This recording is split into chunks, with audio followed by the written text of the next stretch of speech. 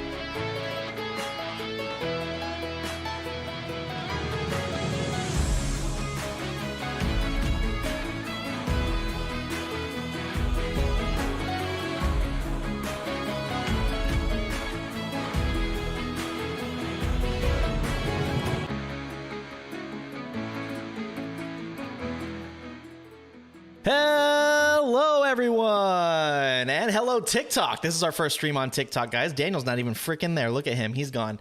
Steven's got his Stars jersey on. Welcome to the Audible Sports Podcast. My name's Casey. This is Steven. That's Tony. And then Daniel's doing something over there, so we don't know what the hell's going on with him. Oh, look at him. His Bowler Gaming shirt over there. Be sure to subscribe to his stream, too, guys. We are back-to-back weeks. So let's kind of hit it with the Week 11 NFL recap. Look, Daniel made it, guys. How's it going? Do you guys have a good week? Tony, did you have a good week? Because fuck you next week, okay? Yeah, I feel like you're starting this week. It's fuck Casey all the time. What are you talking about? It's fuck Tony week because we play the Steelers this week. That should be an awful, amazing game on Monday night. So, Tony, if you still want to go, I have an extra ticket to the game. So, if you want to go, boom. Monday night. Monday night. I'll be on the weekend, but Monday, maybe. We're going to get into the recaps here of all these games that happened this past weekend. The Titans basically went into Lambeau and destroyed the Packers. I don't know if anybody was really happy about that, but the Packers are not that good this year, guys. Hey, they beat the stupid-ass Cowboys. Yeah. They did beat the stupid-ass Cowboys somehow. The Colts led the whole entire game, and they let the Eagles come back at the end and win that game. Jalen Hurts just throws a touchdown at the very end, and they win it by one. There's like the Commanders found the recipe to beat the Eagles, and the Colts almost replicated it. Yeah, we were close, so close, but it's okay. You know, they played a good game. I'm not mad at that. We have lost 2 games to the NFC East by a combined score of 2. So we lost both games by 1 point. That's crazy. Yeah, it's pretty wild. Commanders beat the Texans. Not much going on there. The Bills and Browns, I'm really, really sad they couldn't play this game in Buffalo. I wanted to see the snow game, but I get it. People can't get to the game. It's dangerous. They had 6 feet of snow. That would have been great football watch there. But they played in Detroit. Did you guys see the Twitter for the Detroit Lions talking to the Bills? They're like, hey. Yeah. They're like, keys are here. Just make sure you leave them there when you leave, and don't break any of our tables. It was great, but it's funny. Are the Bills staying in Buffalo this week? Because they play Detroit on Thursday. Yeah, and they even stayed in the away locker this past week, so that way because they're just going to be there. They just leave all their crap there, so that's kind of funny. And then the Bills actually talked to the Lions too. They actually redecorated their stadium. They put the Bills logo at midfield and in the end zones, and they're like, Lions, we redecorated. What do you think? And the Lions were like, as long as you change it back by Thursday, we're fine. So it was pretty funny. But the Bills get the win against the Browns. The Lions dismantled the Giants. Fuck yeah, I told you the Giants weren't for real. Yeah, but I lone wolfed that game. I was the only one that picked the Lions. Everybody else picked the Giants. But let's talk about this next game here. The Cowboys. I said put some respect on Minnesota, but Get fucked, Minnesota! for real, holy crap, dude. 40-3 is the final there. The Cowboys dominate the game. I think at halftime it was 27-3 or something like that. It was bad. Like, it wasn't even close. It was bad. I have Kirk Cousins on my fantasy team, and he got me 2 points. So there you go. Clap it up real quick. I beat Casey in fantasy well this week. deserved. Yeah, Well deserved. because of my quarterback again. Because of your whole fucking team get shit on. The Chiefs go into LA to take out the Chargers. That was a good game to watch. I know I said it wasn't going to be a good game to watch, but it really was. This was a great, entertaining game to watch. The Falcons beat the Bears. I think I called the Falcons there. I don't know if any of you guys had the Falcons. I think I picked the Falcons there. Patriots Jets. Any of you guys watch this game? This game ended on the last second. Oh, that game was a joke. Yeah. God bless. Last second defensive touchdown by the Patriots. Punt return. Wild. That Oh, was it was a punt crazy. return? It was punt return. It was a punt return. Wild. That last play Yeah. of the game. No touchdown scored the whole game. Punt return, touchdown. Shitty game. The Rams lose to the Saints in New Orleans. I'm done picking the Rams. I don't know about you guys. Same. But I will not pick the Rams again I'm not picking them the rest of the year if I We're can playing help the it. Chiefs this week, I think so. Yeah, rip Yeah. the Rams season. They have, I think, Chiefs like got that one. So a less than 6% chance of making the playoffs now. Yeah. maybe better than the Colts. The Ravens take out the Panthers. I called that as my blowout of the week. I should have called the Cowboys Vikings blowout of the week. I said the Cowboys Vikings was going to be the best game of the week. Totally wrong. Completely wrong. Thank God, huh? Yeah. Tony was right about the blowout, but he picked the wrong team. Yeah. Said it was going to Can't be a get fucked, blowout. Tony. With the Cowboys. No one expected Kirk Cousins to choke on a fat dick. Yeah. True. I thought it was All right. prime time. That's why. Are your Yeah. are your Steelers still winning the rest of their games after they lost last week? After you said they were going to win the rest of their games? I mean, we're playing fucking the Colts, so yeah. Yeah, That's a big right. booster right there. We have more wins than you do. Barely. Dumpster fire by 1. But you have 1 extra win because the Broncos decided not to kick a field goal in overtime. True. But speaking of that, the Raiders take out the Broncos. I think I had the Broncos in that game. I laughed at the Raiders, but the Raiders win. So they get a win. Yep. Bengals beat the Steelers 37-30. That was an entertaining game to watch too. Went down to the end. Yeah, you know who sucks more fucking cock than Cousins? Pickett in the fourth quarter. Tony can say He's that, a guys, rookie, because that is his team. He is a Steelers fan. That he could score. He showed that he could score, and he knows how to just fling it out there for the whole game. And then fourth quarter comes around, and every single week he just blows it. Yeah, it's wild. It's always in the fourth. Always. Well, hopefully they do it in the fourth next week. So that'll be great. The might happen. 49ers stomp all over the Cardinals in Mexico City on Monday night last night. By the way, that was supposed to be a home game for the Cardinals. That whole stadium belonged to the 49ers. Yeah. It was wild. 49ers, Cowboys dominate. We talked about it last week. Yeah. Like that's You did the big say thing that- in Mexico is the Cowboys are the biggest. I think the Niners would be second there, and then the Steelers after that. It's Yeah. basically all the 3 best teams in the league as far as championships. Yeah. That is super crazy. But let me go click this. We're going to go to the 4cam scene here real quick before we jump to the next category. Say hi, everybody. Hi, Steven. Hello to everybody watching us on TikTok. It is our first stream on TikTok. Let us know. You guys can't say anything on TikTok, but you can come over to YouTube and leave a comment if you want to. So feel free to do that. I'm going to read some comments. Jerry, first one in there, as always, he goes EAGLES exclamation point. Still spells dumbass. Woo! You did get us, Jerry. You got us in the last couple plays of the game, so congrats. We still Mitch hate says USA is going to win the gold this time. Go team. Hopefully, huh? The World Cup is made of gold, so there you go. Jerry says, go to sleep, Mitch. Mitch says, I practically am asleep. Jerry says, congratulations, bro. Mitch says, thanks, buddy.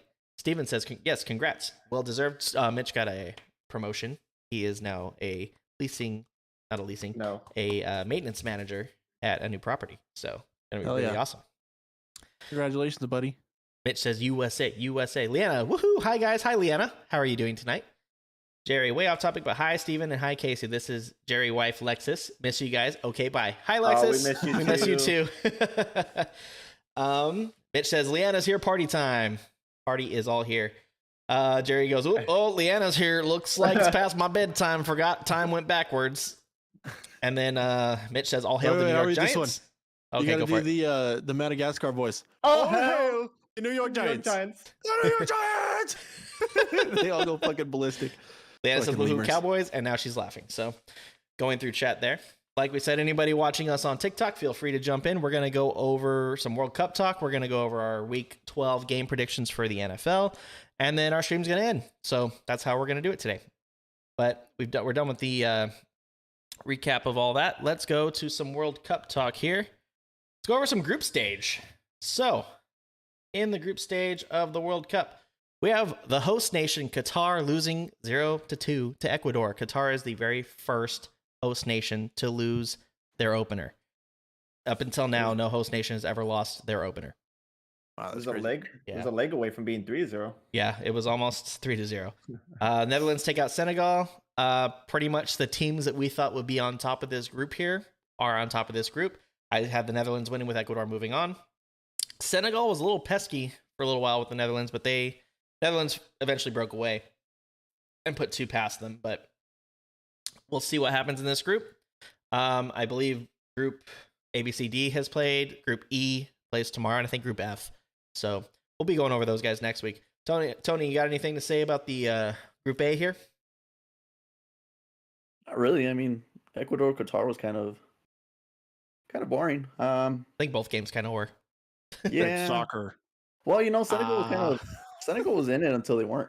Yeah, that is Senegal true. actually put up a better game than I expected. Yeah. But we'll move on to Group B, where it got interesting.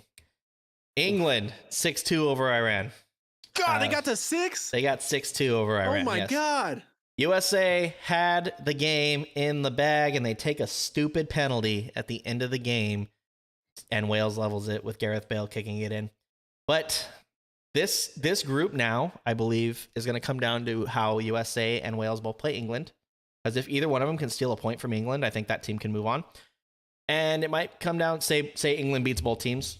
I think it's going to come down to whoever beats down Iran by more. So that's what it's going to have to come down to. But Iran's no pushover. They can play some soccer, but you gotta take your opponents seriously here in the World Cup. USA almost had it. They almost had it. As You know, Argentina will learn. With that logic, you could say Wales almost had it because Gareth Bale almost blew you guys out from half. What are you talking Oh about? yeah, and then he pulled him down. Oh yeah. He was about to blow your guys' back from halfway through the field.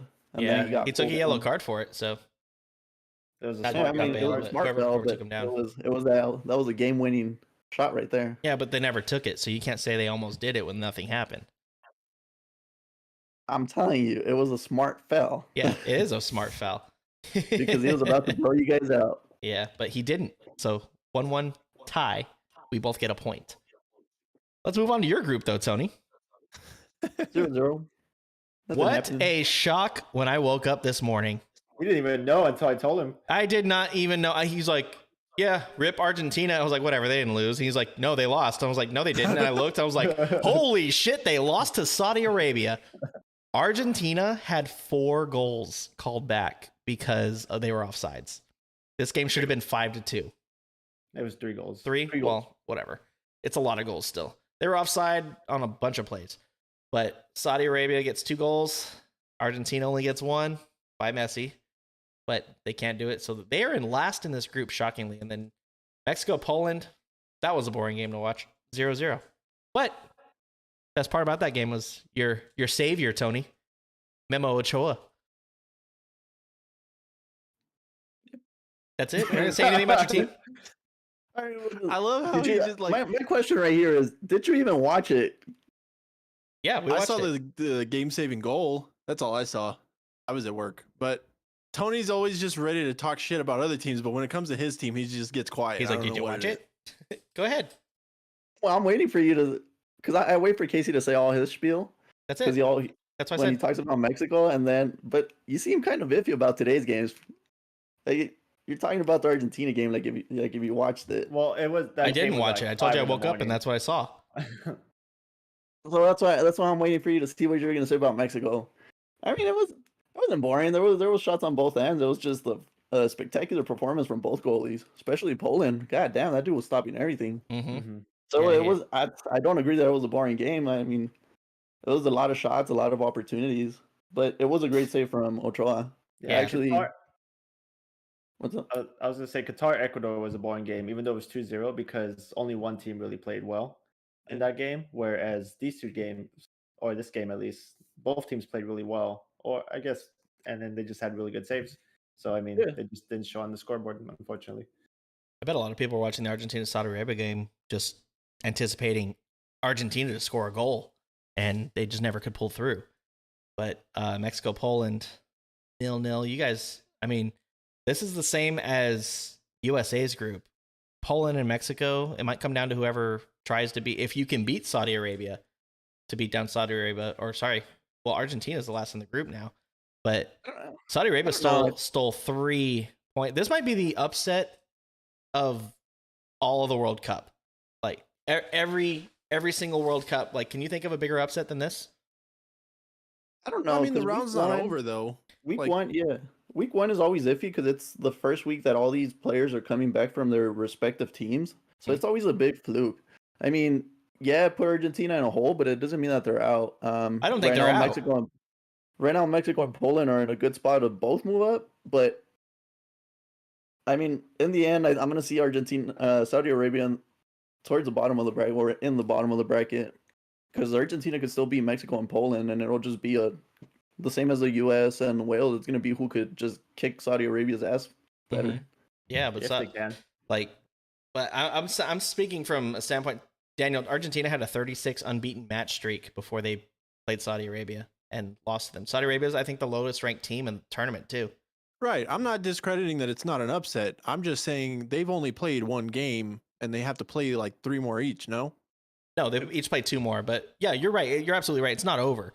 I think Argentina's still moving on in this group. I think that this is a wake up call for them today, but shock. It's a total shock. Definitely an upset. Yeah.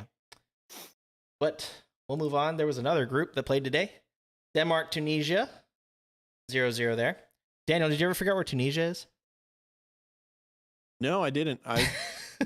Did we talk about that last week? Probably. Yeah, huh? you're like, it's I said it somewhere was like in Asia. Southeast Asia. It's huh? not. No, it's in North Africa. It's next to Libya, south of it, Oh, that or makes southwest sense. of Italy, across the water there. Oh yeah, right there, huh? Yeah, right there. Right there, yeah. And then Australia and France. To Egypt. Australia took the lead in this game, 1-0, and then France just woke up. France was like, "Oh yeah, we're the world champions." Like, oh That's- yeah, that's, we like- know how to play soccer. But the rest of the groups play the rest of the week. USA and England play on Friday, Black Friday, which should be a good match. Mexico, who do they have next, Tony? We got Argentina next. on Argentina, Saturday. and that's gonna be on Saturday, right? Yeah. So should be good. The games have been good so far to watch. I mean, the World Cup is back, and we'll see who comes out of what group. But let's move on to the NFL. All right. We're kind of blasting through things here. Or what? Kind of blasting through things here. Good. It's just that we're on to real football now, not soccer, because it's called soccer. That is true. I love talking shit. All right. Week 12 NFL game predictions. So we got 3 games on Thursday this week, guys. 3 games tomorrow. Or 2 days. What's today? Tuesday? It's 2 on days. Thursday. So in 2 days, we have 3 games. Thanksgiving games. God, Casey, get it together, dude. Games. I know. It's been a long day. Long, weird day. Yeah, agreed. But the first game we're going to get is the Buffalo Bills against the Detroit Lions. The Bills are favored by 10 in this game. The over-under is 54. The Bills had some experience adjusting to Ford Field last week, although Josh Allen continued to slump. They had to be pleasant about getting a traditional running game going because they used Cook and Singletary pretty well in that game. The Lions' young defense has played much better as of late and made some big plays, but they struggled to multiple diverse offenses. Jared Goff hasn't played that well at all in the Lions' winning streak. By the way, the Lions have a 3-game winning streak, in case you guys didn't know that. But I think the Bills will show us that they're the Bills again, and they'll beat the Lions at home. I think the Bills might even have more fans than the Lions at this game because they travel so well. They showed up last week, and they'll show up again. But I think the Bills will win. I'll give them a 34 to 20 win. And that would cover the 10-point spread. And 34-20, that's 54 points exactly. So it would tie 54. So Take it. Take the tie to 54. well, you can't take the tie. Yes, you can. Well, you can pick exactly 54 points, but you can't take that. But if I had to choose one, I would say under 54. I didn't think you were gonna end it right there. Yeah, I think I took some water. Yeah, Bills. I mean, they should be winning pretty easily this game. I don't see the Lions scoring much. The Bills' defense is just too good. The Lions, yes, they have a 3-game win streak, but as you said earlier, Jared Goff has been struggling during that win streak. So I have the Bills winning this one 31-14. So Buffalo covers the 10 points, and it's going to be under. It's going to be 45 points. So I think 54 is a lot for NFL game. So I'm picking the under. Taking the tie. I'm with Daniel. The Lions have been playing better, but it's still gonna be the Bills. I mean, I hope not a disappointment with Josh Allen. Like, he didn't get me too many points on fantasy. Anyway, I'm taking the Bills. I'm gonna go under as well with the guys. I'm gonna say they're gonna stay in the 20s to let's say 27-14. And yeah. That's a pretty decent score. Here's the thing with Detroit this year. My thing. They've hung on to every game that they've played this season. Except for a few. I mean, they held on with the Eagles. Who else did they hold on with? They haven't been losing their games by a lot. I'm taking Buffalo in this. They're 10-point favorites, which is a big spread, but it kind of makes sense. But I'll take Buffalo here. I don't know if they cover that 10-point spread. Just because Detroit is capable of scoring. Because I mean, that's all they really have for them is their offense. Their defense is pretty like meh. So I'll take Detroit to cover that 10-point spread. And I'm going to take the over 54. I like a lot of scoring in this game. Josh Allen and his offense will get back to their ways after last week, and then Detroit, I think, will hang on a little bit and stay pretty close. I think it'll be surprising to a lot of people, but it's in Detroit, and I think they'll rally the troops and keep up. Buffalo ultimately winning. Detroit covering 10-point spread. Over 54 for me. Perfect. Look at the chat real quick.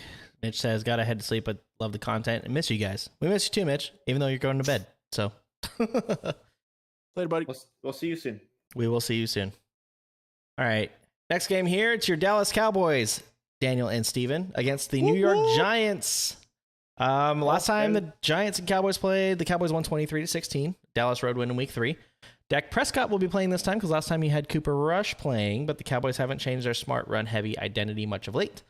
The number is just a little too big for teams that mostly play each other tight. By the way, let me give you the spreads that I'm talking about the numbers.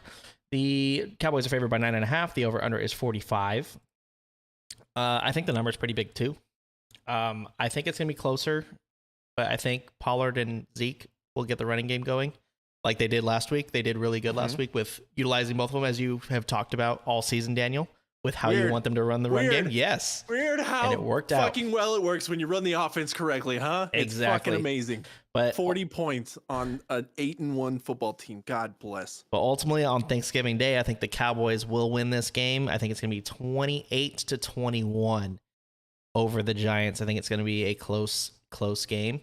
I think the Cowboys get the game-winning touchdown in the final minutes, being a tie, or they'll get a game-winning field goal in the final minutes. But I'm going to predict 28-21, which puts us, 48, 49.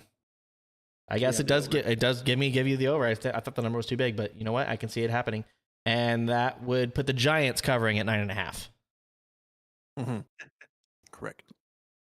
Yeah, I mean, division games are always so tight, especially in the NFC East right now. Cowboys, Giants, big rivalry, and Thanksgiving. It's going to be a great game. I'm looking forward to it. I have the Cowboys pulling the window. I have them winning by a touchdown, as like you do, except my score is 24-17, a little bit lower on the scoring side, but that means the Giants will cover, but it'll be the under. It'll be at 41 points. But normally, division games like this are really tight, so that's why I'm picking the under. The Giants have been disappointing recently. It is a rivalry, though. I don't know. This time that Tony's taking is him trying to convince himself that the Cowboys are going to lose somehow. That's what's going on. That's exactly what's going on. For those right that now. don't know, Tony is a Steelers fan, and he can't pick the Cowboys ever for anything. Are they going to sweep the Giants? The Giants have a good tendency of getting swept. I want to be the only one going with the Giants this week. Yeah, Why you not? You are. Why You're going not? with the Giants? Damn right, I'm going with the Giants. That's a I have pride no pick faith there, in them, but folks. I'm going with the Giants. I'm gonna say you guys are right though. It's gonna be division games, rivalry games in specific are always gonna be super close, no matter how much the team sucks. Keep it close. Keep it.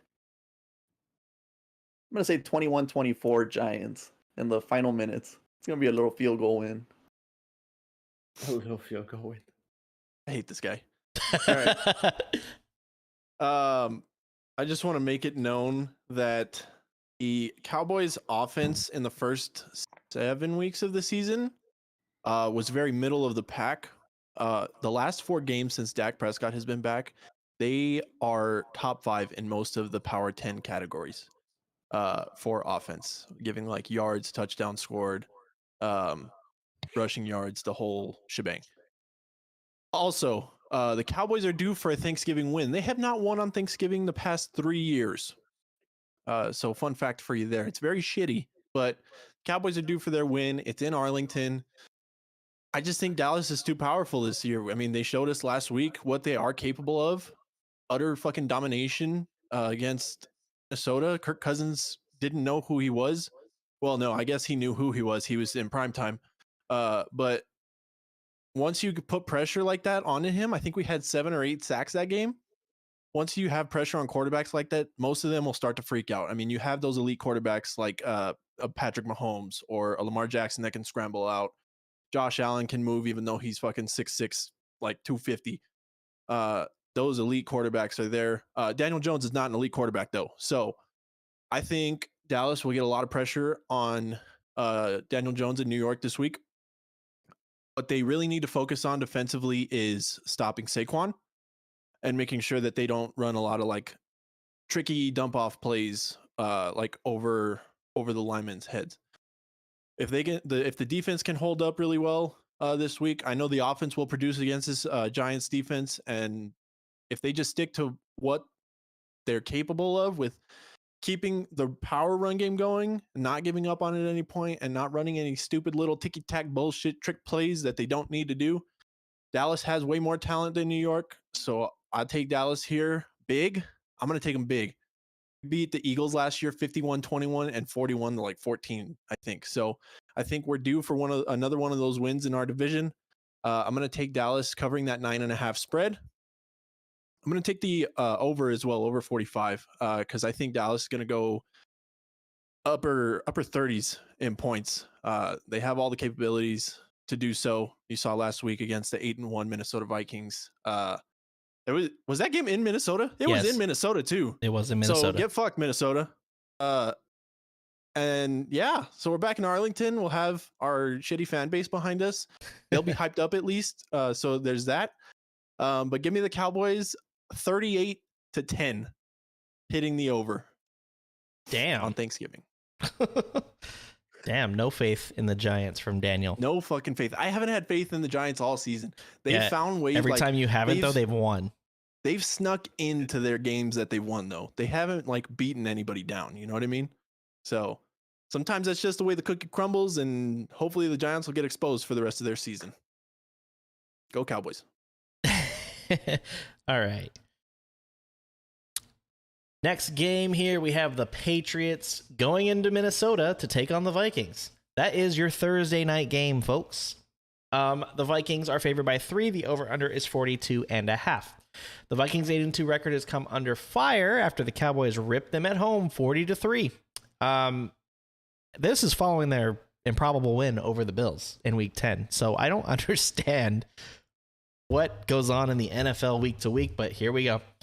As you said, Daniel, Kirk Cousins got rattled into nothingness versus the Dallas defense, and he doesn't tend to play well in primetime. Yep, exactly as you said. And New England's defense under Bill Belichick is also concerning. But between Dalvin Cook, Justin Jefferson, and TJ Hawkinson, I think the Vikings bounce back here. I think it's a gritty game, but I think the Vikings will get the win 20-13. I think that will be the final score here. The Vikings can't lay 2 goose eggs at home in a row, right? I don't know. Do it's that. Prime time. I know it is true. It is prime time, but I think on Thanksgiving night, they will find a way. Justin Jefferson's the difference. They win. Oh, it's fucking hilarious. Yeah, I mean, this game was a little tough for me to pick just because of that reason. I mean, it's prime time. Kirk Cousins doesn't perform well, and they are playing the Patriots, who Bill Belichick is a defensive mastermind. So if he's watched the whole Cowboy game, I'm pretty sure he'll find a way to duplicate that somehow, even with the not as talented team as they have. So I have this one as a close game. I think the Vikings will still win this, just like Casey will. I have Minnesota covering 21-17, so 4 points they're covering. So that'll bring me with the under as well, as I think this will be a tighter game than the odds makers think. So that's my take. Kirk Cousins, what a disappointment. I don't even know what to believe anymore. Just give him a chain. He'll be fine. Give him a chain. Time Kirk Cousins, though. All right. So just to clarify, though, he's only like that bad in Monday night prime time. He's 2-10 Monday night football games in his career. The rest of them aren't that bad, but God bless. Oof.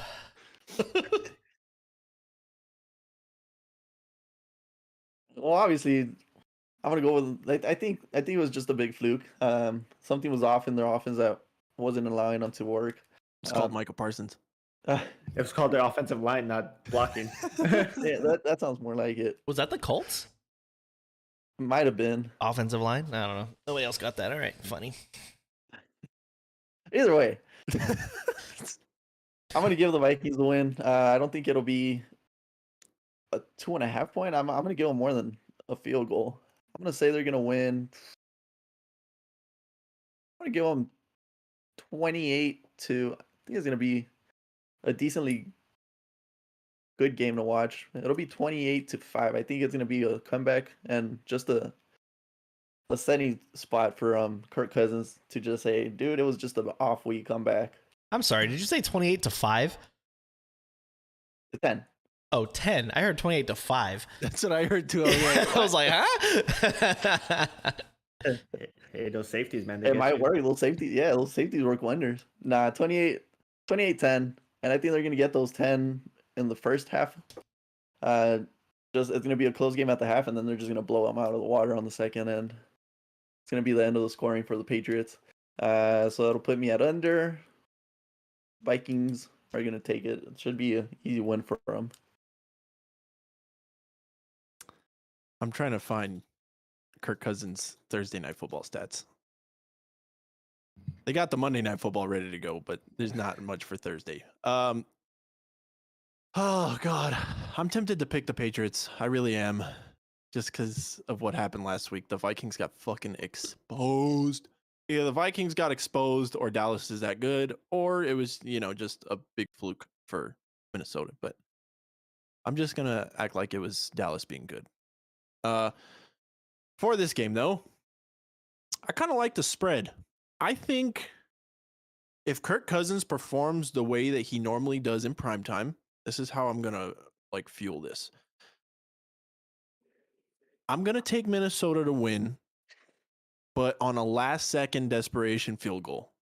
I think it's gonna be a really close game because it is in primetime and Kirk Cousins just cannot handle pressure. The Vikings hopefully are just devastated after that game last week and just crumble, because I'm not super sold. I feel like no, because their offense is pretty good. I don't know. I don't understand how Dallas shut them down as bad as they did last week with Justin Jefferson, Dalvin Cook back there. I love it, but wow. But I'm gonna take this game. Field goal winner for Minnesota.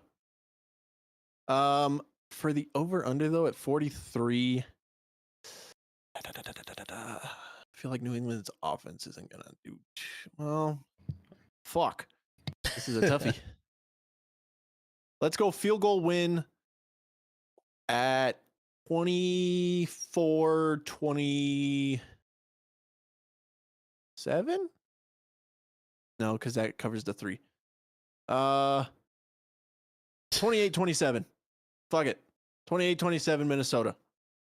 That puts you at 55 points, so way over. There you go. Kevin says he's disappointed in the chat. Kevin says he said I'm a disappointment. LOL. Oh, I can't fucking After talking read about apparently. Kirk Cousins for so long. Yep. You're not disappointment, Kev. All right, let's move on. The Texans are going into Miami to take on the Dolphins. The over-under in this game is 46. The Dolphins are favored by 12.5. 13.5, sir. 13.5. Well, it says 12.5 on my thing. Oh, That's weird. Refresh. mine says 13.5. Oh, now it says 13.5. It went up from when I opened it. I opened it earlier today. So let me start that gotcha. over.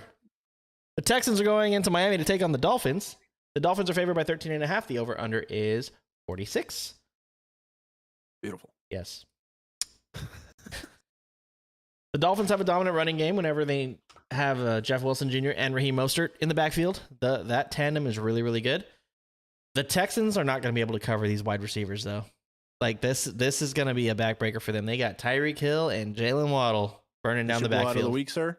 It probably is. I think the Dolphins are going to run away with this game. They are at home. The Texans have to travel to them. South Florida. It's humid down there. I think the Texans will run to try and stay in it, but they don't have enough firepower. Damian Pierce can't do it all for them. And I think that the Dolphins run away with it. I think they win 34-14. That's my final there for this one. Yeah, I'm barely giving the Texans a touchdown, honestly. I have the Dolphins easily covering this game as, yeah, the 31-7. That's what I have for my score right now. It's going to be a big blowout, honestly. Dolphins are just too powerful offensively. They have a pretty good defense. The Texans still can't have a good offensive game. I mean, the first play of the game last week was a pick six from Davis Mills. So, I mean, it was the Texans just aren't. Yeah. So Miami easily covering the points. I have the under, so 38 points. So I'm going to pick the under for that. Tony? I don't even know why we're doing a take on this. We gotta go through every game, buddy. Hey, we said that last week about one of the games, and the game ended up being good. So, What game was that? the Chiefs Chargers. You see, but both of those teams could score. I thought that was gonna be a good game. Yeah. Some The of us talked Chargers are about in it a not pretty being a close game. second in Yes. that division. They're only like 3 Yeah. games back now. Well, we talked about Sure. it, but But keep going, Tony. anyway, go ahead, Tony. Anyhow, easy win for the Dolphins. I want to say 42-7. God damn. I'm gonna go with the over. I'm like Steven. I don't even think I could give him a touchdown. I was thinking like a 35-3, but I think it's gonna be a competition of who could score more touchdowns between Tyreek Hill and Waddle. That's a almost real gave him competition just- for the game. I almost gave him just 2 field goals. I'm sorry, John. I know you're in the chat right now. I feel so bad for you, but yeah. John Yeah, you're gonna says get like a over, Yo, fucking over, John. but because we're absolute garbage, Dolphins by 30. I love that he's honest with it at least. The H in Houston stands for honesty. Are you done, Tony? Unless you're the Astros. Fucking shots fired. Thanks for that one. That was good. I like that. Fucking cheaters. Hey, no asterisks anyway. on this last title for them.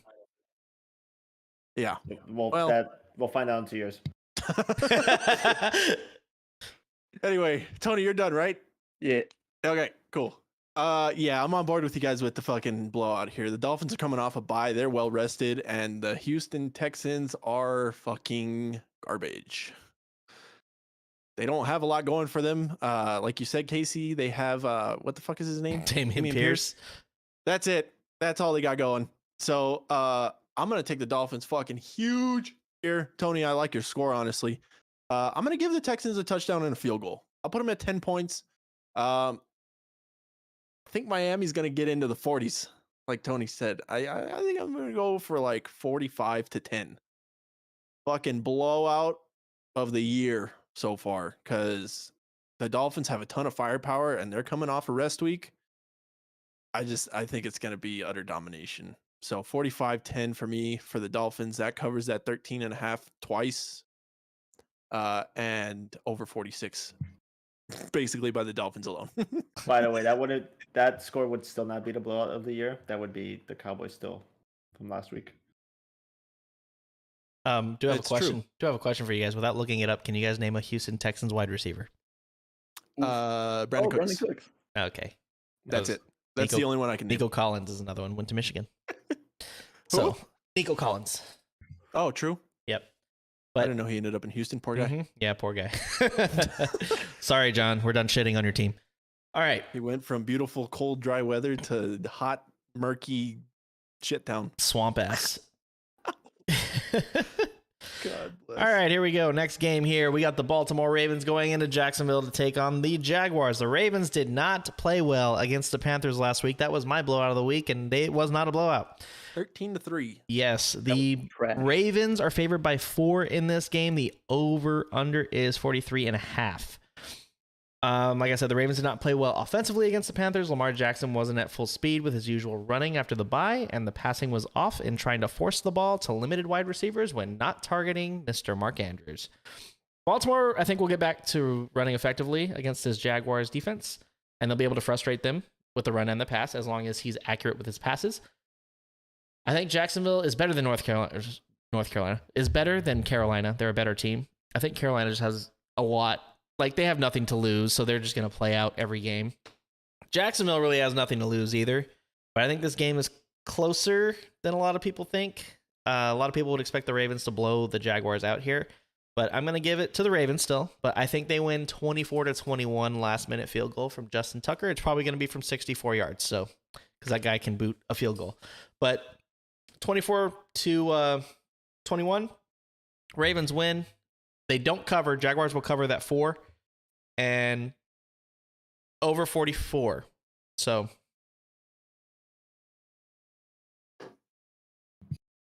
Okay. So I have the Ravens winning this game. I think the Ravens are just too powerful, and the Jags are still kind of not there right now. As you said, it's going to be a lot closer than people think. I still think the Ravens are going to win by a touchdown at least. I have them winning 27-20 right now just because the Jags are at home. So I'm giving them a little bit more of a fighting chance. So I have Baltimore covering the 4 points with the overhitting. So I have 47 points. So I think this is my first over game this week. Yeah.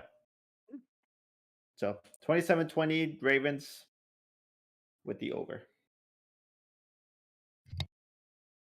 I've been disappointed with Lamar.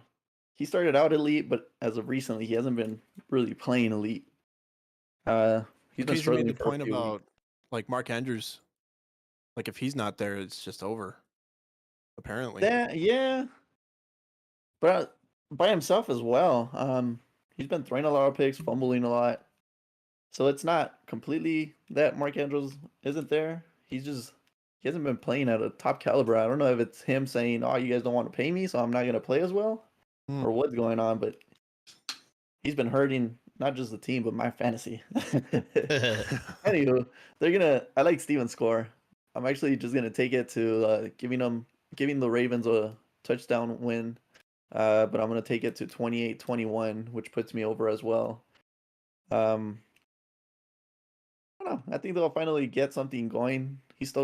Lamar's still gonna not get me points as always, but they'll find a way to pull out the game. So I'll give them that cover. I'll give them the over with a Baltimore win.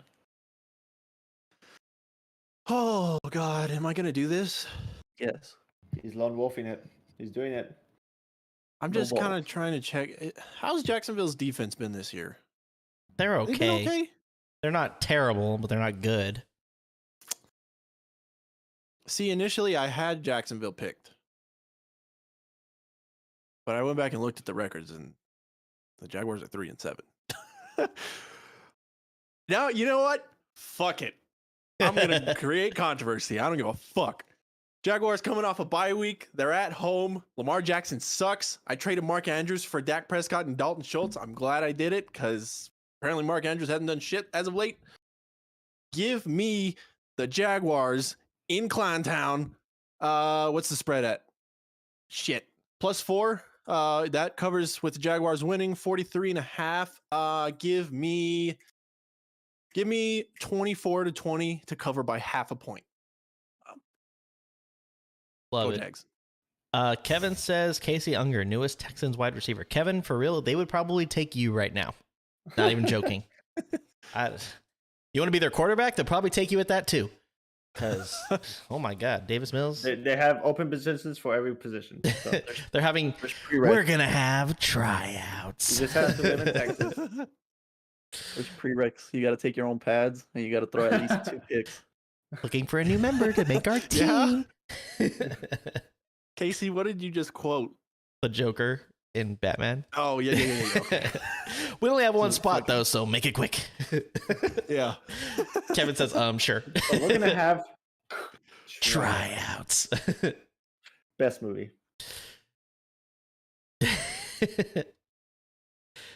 Okay, where are we at here? Next game here, we have the Falcons going into Washington to take on the Commanders. The Commanders are favored by 4. The over-under is 42 in this game. I think this is a bad matchup for the Falcons on the road. I think this Washington defense against this Falcons offense is not good for the Falcons. I think they need to run the ball well to win, but Washington's really hard to run the ball on. They stopped the run very well. They have major issues in downfield pass coverage, and it won't work well as Terry McLaurin and Curtis Samuel are on their team, on the Commanders. They also can't stop the run or cover backs. It's a problem versus Antonio Gibson. So the Commanders' defense is playing better overall, and this team has gotten really hot for Taylor Heineke. I actually think Taylor Heineke might be better than Carson Wentz. So, Hey, Taylor Heineke is getting a contract next season. yeah. I don't care where it is. If Come it's to in the Houston, Colts. He's getting a contract. He's We good. might be able to use you on the Steelers. Yeah. He is a good quarterback. But I think the Commanders are going to win this game. I still think the Falcons will score some points, but not a lot. I think they don't score more than 17. So I do think the Commanders are going to score a lot of points, though. So I think the final score here is going to be, let's give it 30-17 Commanders.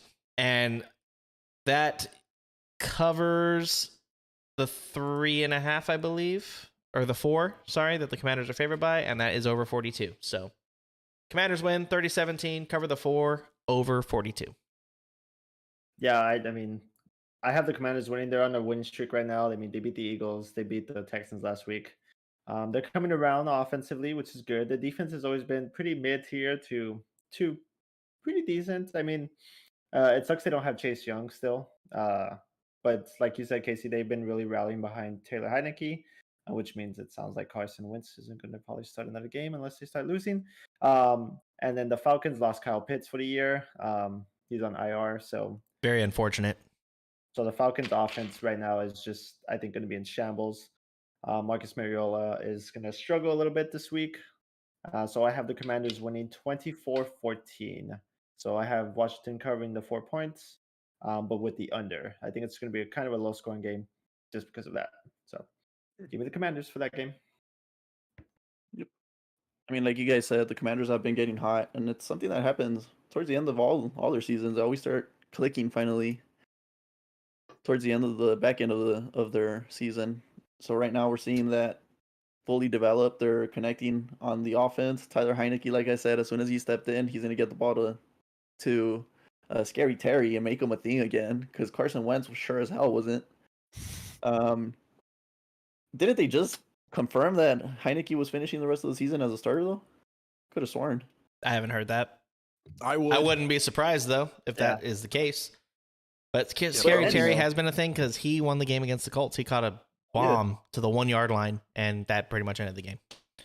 Yeah, Heineke always knew how to play with that offense. It was kind of a shame that they decided to go with Carson Wentz. Guess they expected a lot more. So do we. What? Yeah, I think everyone What a expected joke. more out of Carson Wentz after that run with the Eagles. But Nick Foles came out, whipped his dick out, and said, "This is my championship, motherfucker." He's never still been the sound- same. Oh, Nick Foles. He's another story. I don't understand how he's not playing in, like he hasn't played at all in Indy. Because they're paying Matt Ryan all those big bucks. 2-year deal. I mean, they went to fucking Sam Ellinger for a game. You gotta You know? you gotta use your I don't money know. at least once. I don't know. Jeff Saturday is a coach now, so that tells you a lot about Indy right now. Hey, he's turning you guys around. I'll tell you that much. He hasn't been bad the first 2 games, but we'll see how it goes. We'll see this week. This is Yeah, like the we'll talk about actual that later. test. We'll get to that game. Anywho, Commanders taking it. Heineke spraying the ball with that offense very well. I like Steven's score actually. 24-14 sounds like a good overall. 14. What is that? 34, 35, 36. So that brings us under 38. 30. Either way, it's under 42. Yeah, it's under 42. Math is hard. It's okay. Math is a wonderful thing. It's a really cool thing, you know? We're going to do the whole thing. All right. Fuck. God, I'm on board with you guys here. I could see Atlanta winning this game, though.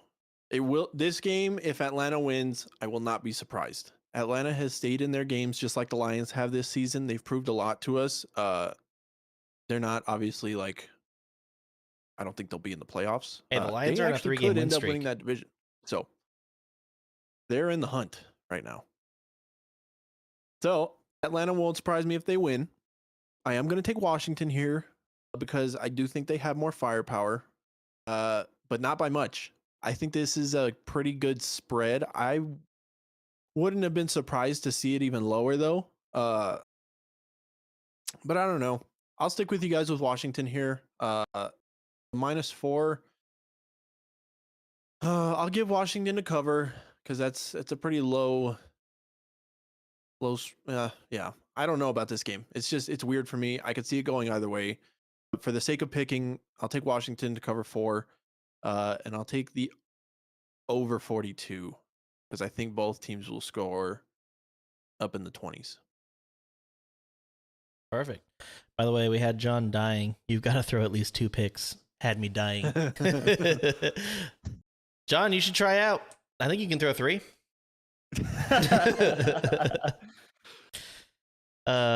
Kevin says longest yard type stuff, and then apparently we chimed in. I knew I shouldn't have had that popcorn. That was me. Oh, gotcha.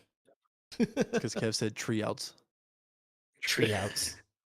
Oh, tree outs from the longest yard. Yeah. I get it now. Okay.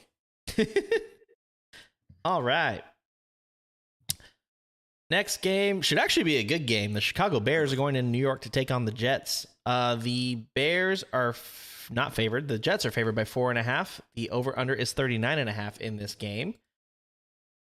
Justin Fields, I feel like he's on fire, but key mistakes on the Bears defense has them down big time during a 4-game losing streak. Also, Fields is banged up, and I predicted this would happen because his offensive line has not been very good for him this season. He also tries to do a lot, and like he tries to make too much out of nothing, and then he like on times where he's just throw the ball away or run out of bounds. So there's that too. He's trying to do everything for the team, but you just can't do that in the NFL. That's how I feel about it.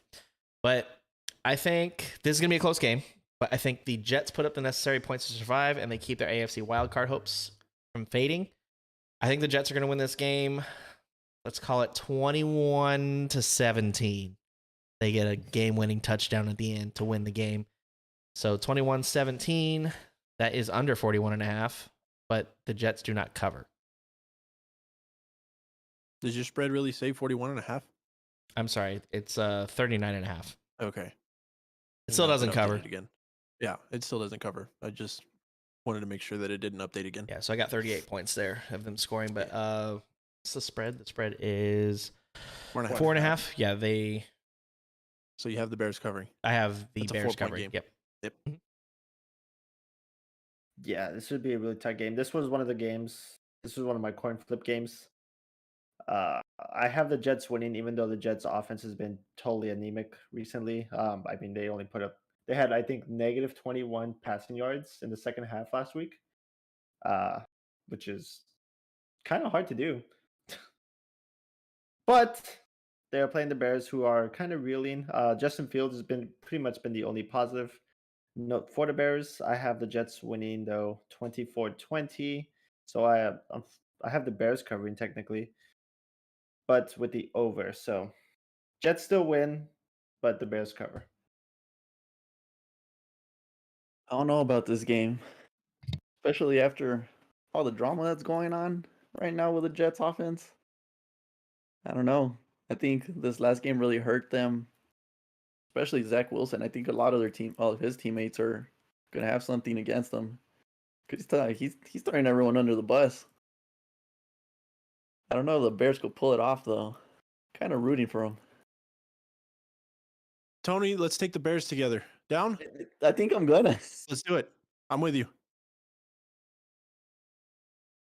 Even though Justin Fields is a little hurt, I'm gonna go with the Bears. I like them. I'm with it. I think there's too much going on the Jets offense right now. They've been kind of shitting the bed, and Zach Wilson is just throwing his teammates under the bus. He's throwing the defense under the bus, and he's just doing too much right now. I actually want to see Claypool pop out this game. I think they're finally going to incorporate him because he's been there for 2-3. What are we going on? 3 weeks now that he got traded. Something like that. So I think they're going to incorporate him a lot more. He could be a big difference maker, man. He has some hands. So I'm going to give it to the Bears. I'm going to get that 24-21 score and flip it over and give it to a Bears win. Yeah, I like so it. that takes me over Bears covering. Perfect. I had the Jets picked until you talked about Zach Wilson. Fuck that guy. I have no respect for him anymore. That is the biggest bitch move I've ever seen out of a quarterback. You guys see that interview? Yeah. Asking him questions. They scored 3 points last week, and the interview people asked him, "Do you feel like the offense let the defense down?" He said, "No, I don't think so." You're the fucking you're an NFL quarterback. You have to be the leader of that team, and everything on that field is your fault at the end of the day. I don't care if it's the defense's fault or not. They didn't You are score. the leader. They scored 3 points. Yeah. Yeah. It's the offense's fault, regardless if the offense scored or not. You know what I mean? Like I saw it was like a mesh of interviews. It was Dak, who are the other two? Dak, Josh Allen, and I think Patrick Mahomes. I could be wrong about those other two, but I know Dak was in it. And then Zach Wilson. The other three guys, even though it mostly wasn't the offense's fault in those games, they were just high scoring and like the defense was letting them go, all said that it was their fault, that the offense didn't produce enough, that they could have done more. And Zach Wilson comes out and just goes, "Nah, I didn't think so." You will win or you will lose 95% of the games that you only score 3 points in the NFL, I feel like. So I'm taking the fucking Bears this week because Zach Wilson needs to grow the fuck up. I like this upset too. It's a good matchup for the Bears. And Justin Fields has been playing well in past weeks. He is doing too much, but I mean, there's not a lot for him to work with as of right now, and the offensive line is not playing well for him. So I get why he's trying to make so much happen. He's also young, but he is a good quarterback, and like Tony said, they'll start in incorporating Claypool a little bit more. I feel like, and I hope the Bears take it to the Jets this week and bring them back down to earth. No pun intended. So give me the Bears covering their 4.5. Obviously, the Jets are favored. As far as the 39.5 goes, I don't think it'll be that high scoring. So I'm going to say, Casey, you said 17-14 earlier, huh? But the other way? I said 21-17. 21-17. I'm going to take 20-16 for the Bears. Because fuck Zach Wilson. I have no respect for that guy anymore. He was Zach Milf and Wilson the whole season, but it's gone. He is Zach Bitch and Wilson now. Zach the bitch.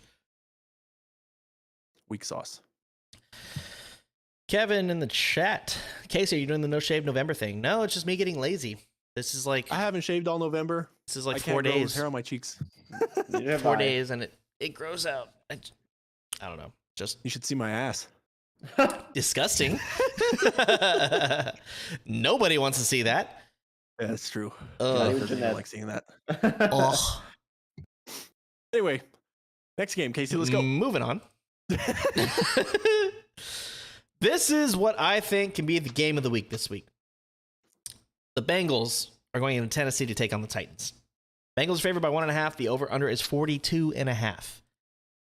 The Titans are going to be looking for some revenge after losing to the Bengals in the playoffs last year. They do get him at home again. But the Bengals are back to heating up with Joe Burrow and are expected to get top wide receiver Jamar Chase back this week. So there's something else for the Bengals. Cincinnati will have trouble with Derrick Henry on the road, but Burrow will have more weapons with which to attack the Titans' weakness in pass defense is huge. Look for the Bengals to work to get the Titans' negative game script, and I think that since he keeps up the momentum of winning in Nashville in last year's divisional playoff, Cincinnati wins, but it's close. I give Cincinnati a game-winning field goal, 24-21. They cover the 1.5. And 24-21, that is over the 42.5. Also, fuck the Titans. Strong words from the team that's lost for 6 straight times. No, shut up. You lost to the Colts last year. That was 4 years ago. I don't give a 4 shit. years ago. You haven't beat us since. buddy. You haven't beat us since. Yeah, you'll probably beat us next week. I'll be there. Anyway, yeah, I think this game's gonna be really good. I have the Bengals pulling out the win, 21-20. I have basically the Titans are gonna score a touchdown at the end and go for 2 for the win, and not get it. Basically, that's what I have. So Titans are going to cover though the 1 point. It's 1.5 points, right? That's the line right now. Yes. So I have the Titans covering by 0.5 point, and I have the under 41 points, so just under. But this should be a really good game. Titans offense against the Bengals offense should be fun to watch. It's basically going to be which defense can step up and stop who the first. It's so hard to give the Titans a win, but I just don't believe in them. They've just struggled when they're not supposed to. Fucking Bengals. I hate the Bengals. I'm going to give the Bengals a win as well. There's fucking A. They couldn't even do that for me, stupid Titans. Like you guys said, it is going to be a great game. Two big offenses that could do a lot of scoring, so it is going to come down to the defense, like you said. I'm going to do 24-21, so they have them covering 24. Same score as me. Yep. So that takes us over. Bengals win. Stupid Bengals. Hope they lose. Hope I'm wrong, but I'm going to give them a win for the week. Well, Tony, I'm going to fuck you over here and pick the Titans. Thank you. Yeah. Were you Thank done? you. Did you finish? Yeah. Okay. I was just making sure you got your spread in there and everything. Yeah. I'm taking the Titans here. They've been pretty tough this year. They've held on to a lot of games. They're like 7-3 still, no? Yeah. They only have like 3 losses. Yeah, they beat the Packers last week. They're a good team. They grounded the fuck out of the Packers last week, and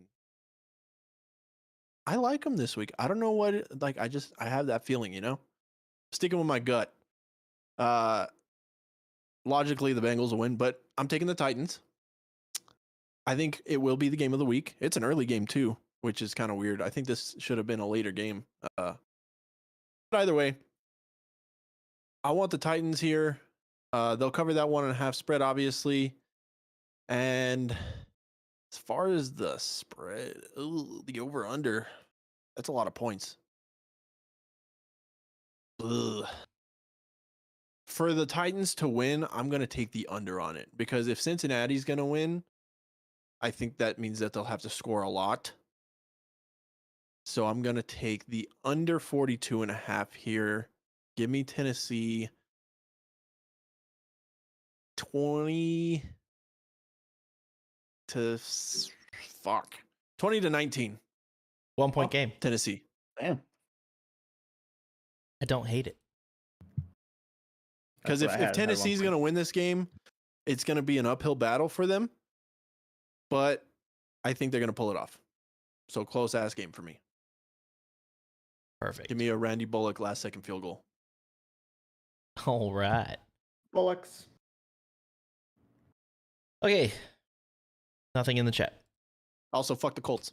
You know what I think is funny? That my team plays both of your teams in the next 2 weeks. Fuck yeah. I hate it. We're gonna lose both games. Probably. Hopefully. Well, like you said, you win the games you're not supposed to. Yep. Hopefully we beat the Cowboys. I'm And curious the to see what Steelers Tony win both says of them. next week. What do you say? What? I'm curious to see what Tony's going to come up with next week. You and Daniel should go first for that one.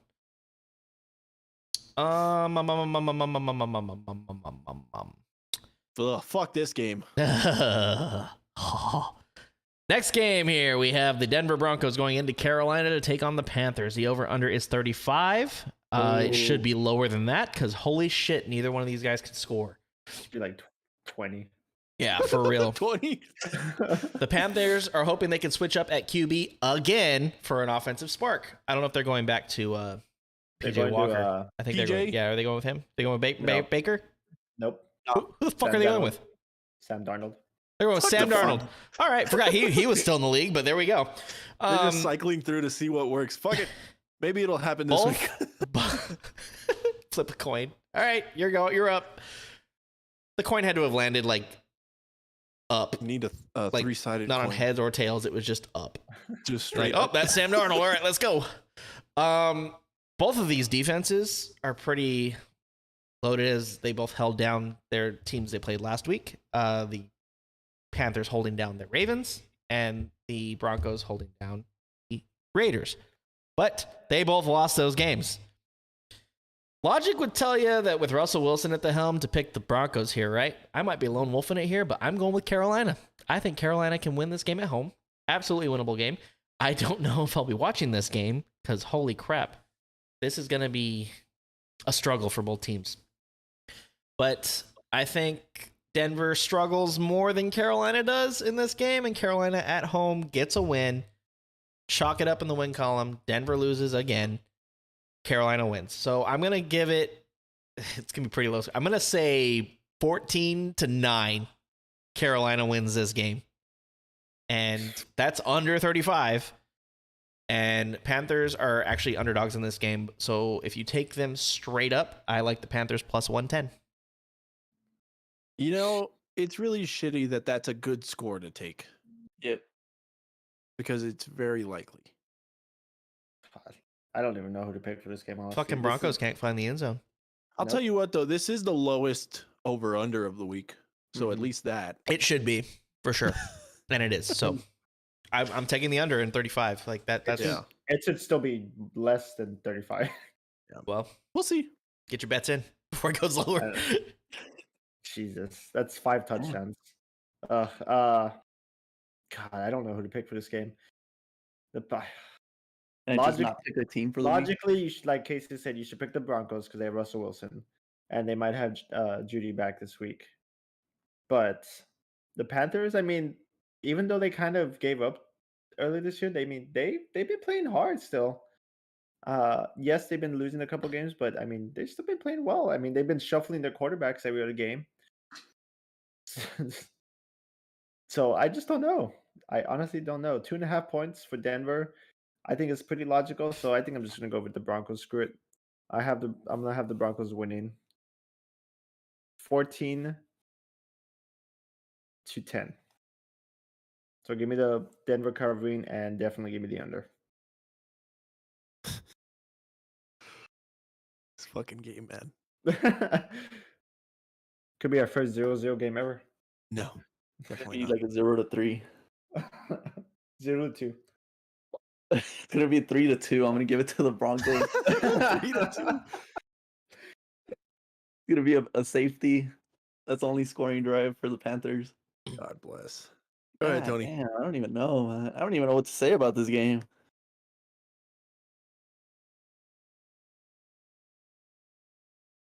I'm gonna say 17-10 Broncos. They're gonna figure out how to score. Russell's gonna somehow find the end zone this week, so it'll put me at under. Yep, under. I had to double check real quick. 17-10 takes me to 27 points. That's if that. I'm gonna say that's a high scoring game. So that covers. This is gonna be. It's gonna end up being one of the greatest games ever. Yeah. On paper, this looks like a terrible matchup. One of the fucking highest scoring offensive matchups ever for no reason at all. But yeah, that's my take. It's gonna be one of those games that we're just gonna have to get over. Yeah. I'm looking at the Panthers, like the rest of their games throughout the season, and scoring hasn't been a huge problem for them. I mean, they've had a couple of games where they've scored under 20 points, and they've had 2 games where they've only scored 3. That was to the Ravens and Bucks. No, they beat the Bucks 21-3. Last week was the only game that they've scored under 10 points, I believe. Yeah. Casey, I think I'm with you here. I'm tired of picking the fucking Broncos to lose. So I'm going to switch here because I had the Broncos picked. But after further evaluation, I'm going to take Carolina because fuck them. That's why. I got a lot of upsets this week. Fuck. So I'll take Carolina at home. I think it's going to be higher scoring than we're looking at. Denver's defense is pretty much the only thing that has kept them in games. But I don't know. I got a feeling that this is going to be a higher scoring matchup, and it's going to go back and forth a lot. Denver hasn't been able to find a stride this season. I mean, they're not what everybody expected. This is my team that I picked that wasn't going to do as well as everybody thought. Casey, you had the Raiders. The Broncos were my team for this season, and they haven't been playing very well. So give me Carolina. They're at plus 110 right now, like Casey said. So that's straight up. And then for the over-under, I'm actually going to take the over. 35 points is not a lot to score. So I'm going to take Carolina to win this game 26-20. Nah, 26-23. We'll make it a little closer because 26-20 is pretty on close. it. But I don't hate it, though. The 26-20 is pretty close, but I don't hate that. I mean, both good score predictions. All right, let's move on to some better games here, right? Thank God. Tampa Bay Buccaneers are going into Cleveland to take on the Browns. The Browns struggle against the running game really bad.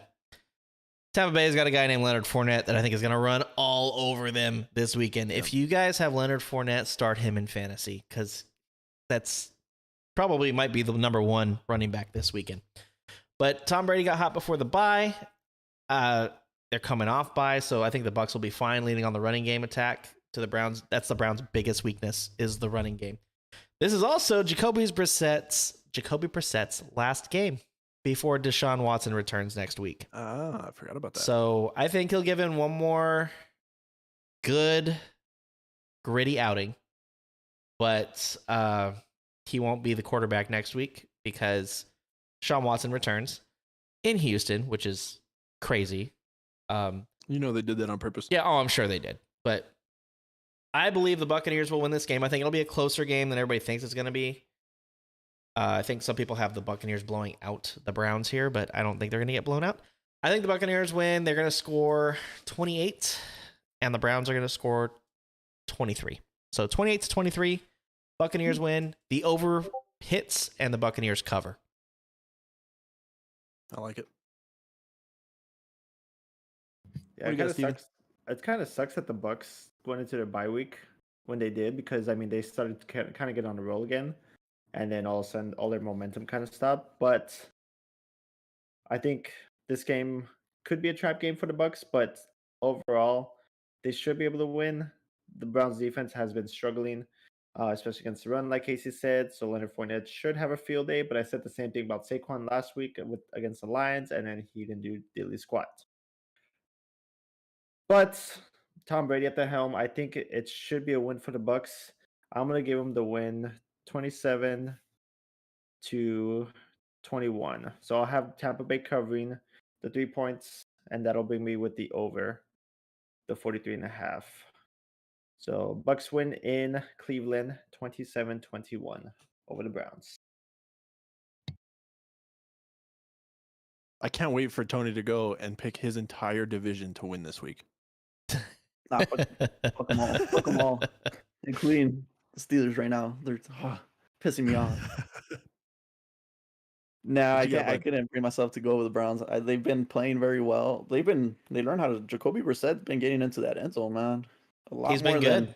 He's been That's good. the thing. He has been showing himself. So if Deshaun Watson doesn't have a great week against Houston, I think Jacoby Brissett might be coming back towards the end of the season. Anywho, like you guys said, I'm really hoping that that Fournette has a field day because I have him on fantasy, first of all. But they have been struggling against the run in Cleveland, so I think that's going to be their saving grace, even if Tom Brady has a rough week.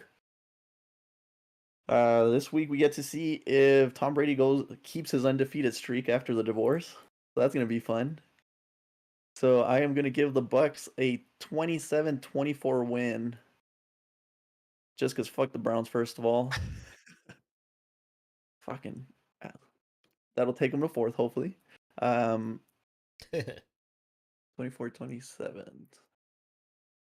That's 30, 40, 50. So that'll put me over. And obviously that'll be the cover because it's a field goal. This is gonna be one of those weeks for me, guys. There's a lot of upsets for the home teams this week. It's kind of crazy. Like, not favored home teams. You know what I mean? Mhm. I'm gonna go with the Browns. Believe it or not, the Buccaneers this year have not performed well. Like, for most of the season, the teams that they have beat, Dallas in week 1, I think we can all conclude that was a fluke at this point, right? I'm gonna just say yes. I'm gonna say no. They beat the Saints in week 2. The Saints are pretty meh. The Packers beat them. That was a boring ass game. They got shit on by the Chiefs. They beat the Falcons. Meh. The Steelers fucking beat them somehow. The Panthers killed them. They barely beat the Rams, who we've come to find out are terrible. Lost to the Ravens, and the past 2 games that they won after the divorce were the Rams by 3 and the Seahawks by 5. I'm going to take Cleveland here.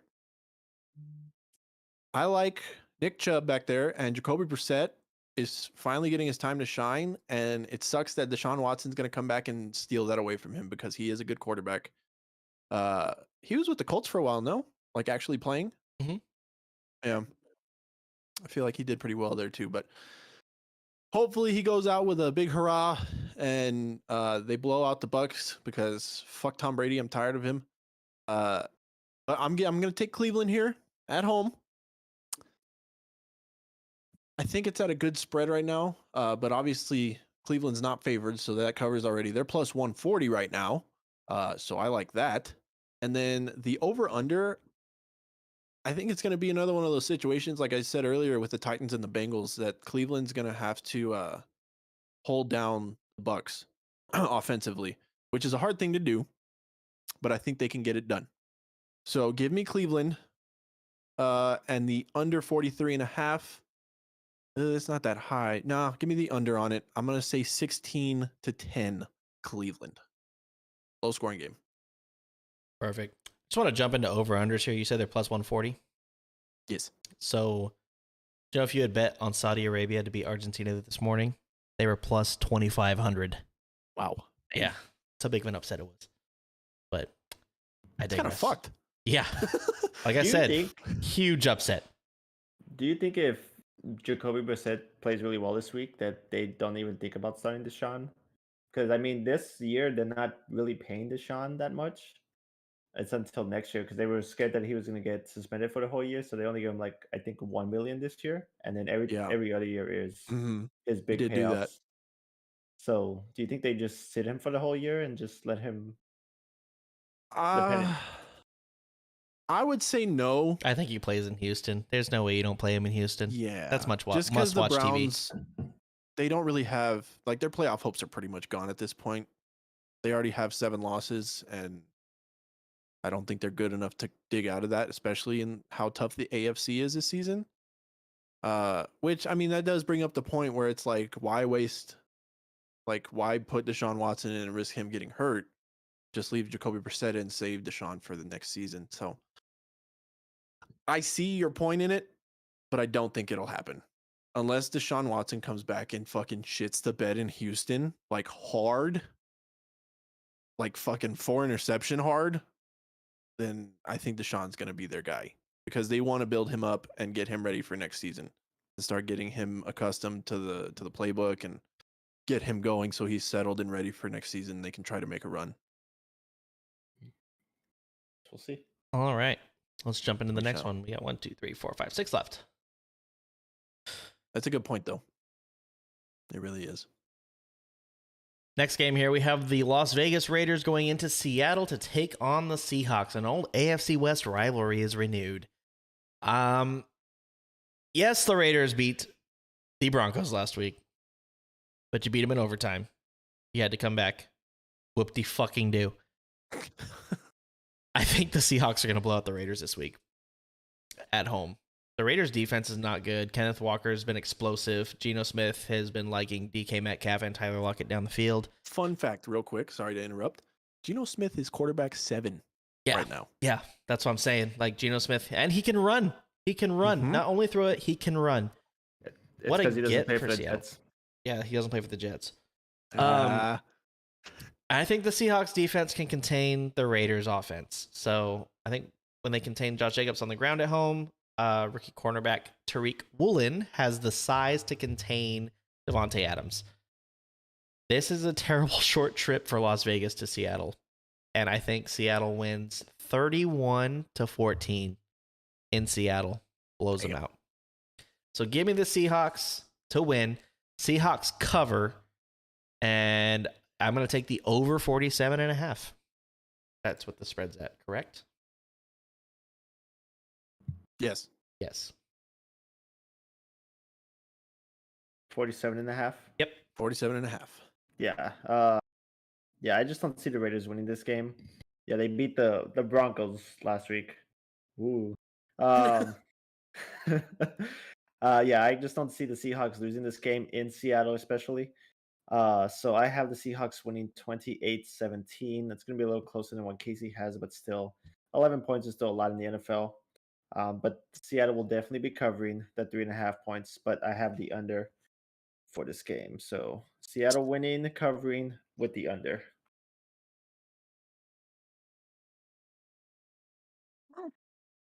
Not only is Vegas terrible,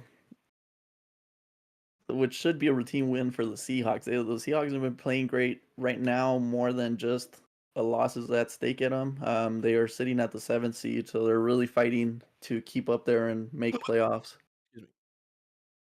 So I don't see them. If the Raiders win, they're really going to have to try, but I don't see that happening. I'm going to give the Seahawks a win. I'm going to say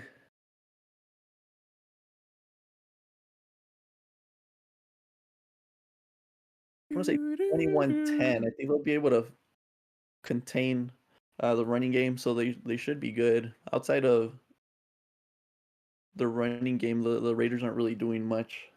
They've been able to get to Carr a lot, which has disrupted Davante Adams being a big weapon overall in the NFL. So 21-10, that'll put me at under, and it'll have the Seahawks covering. So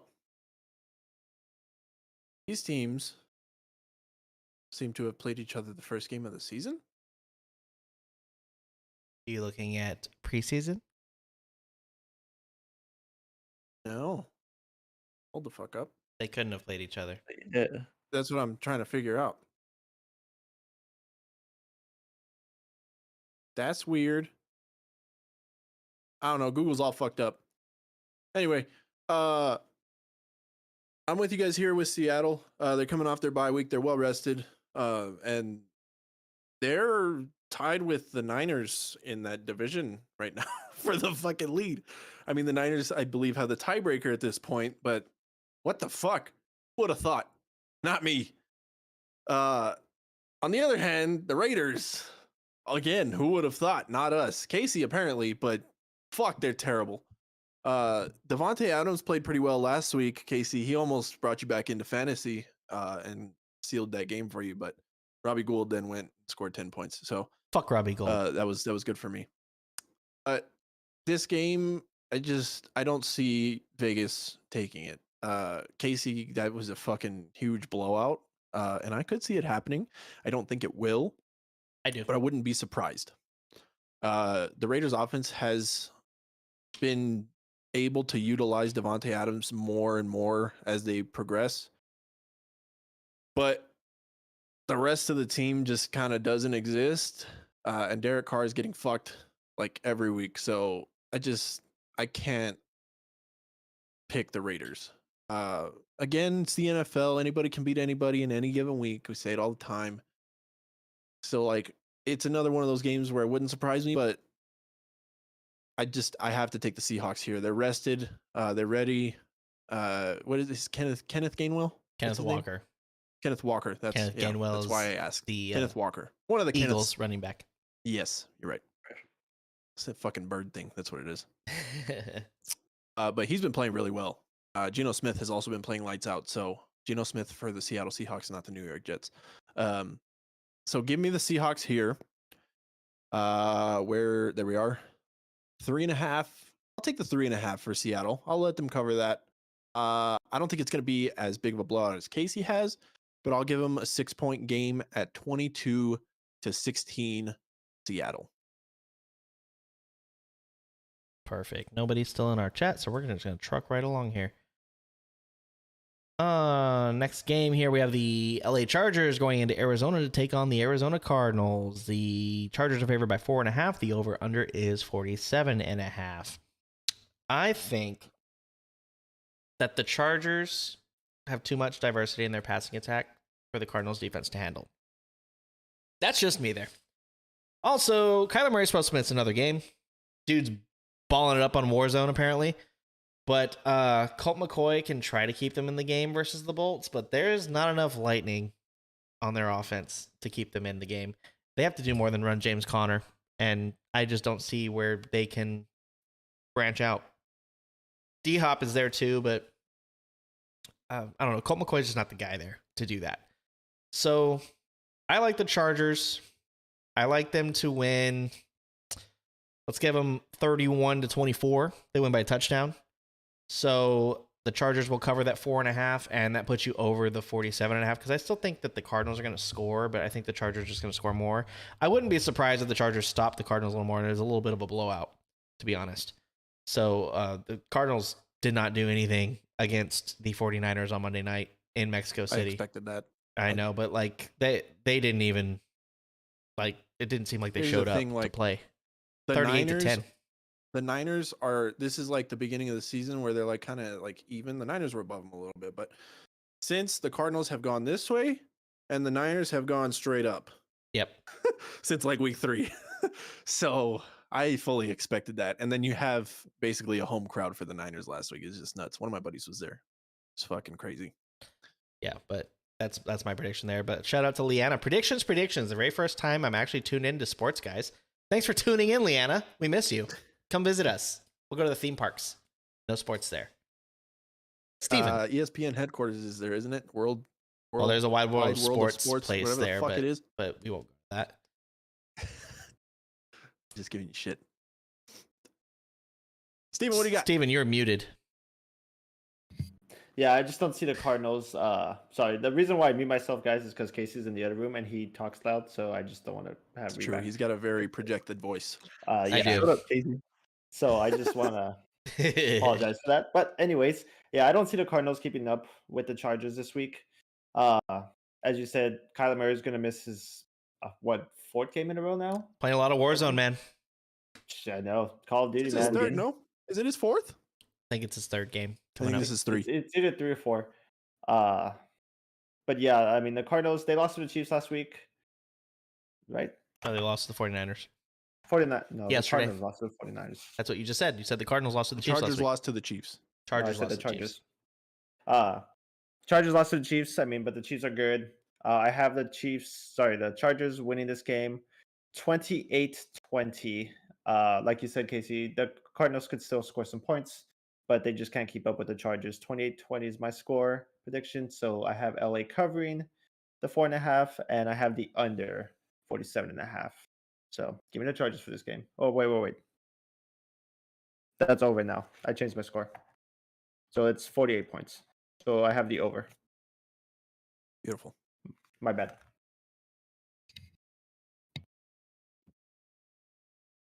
I don't like the Cardinals without.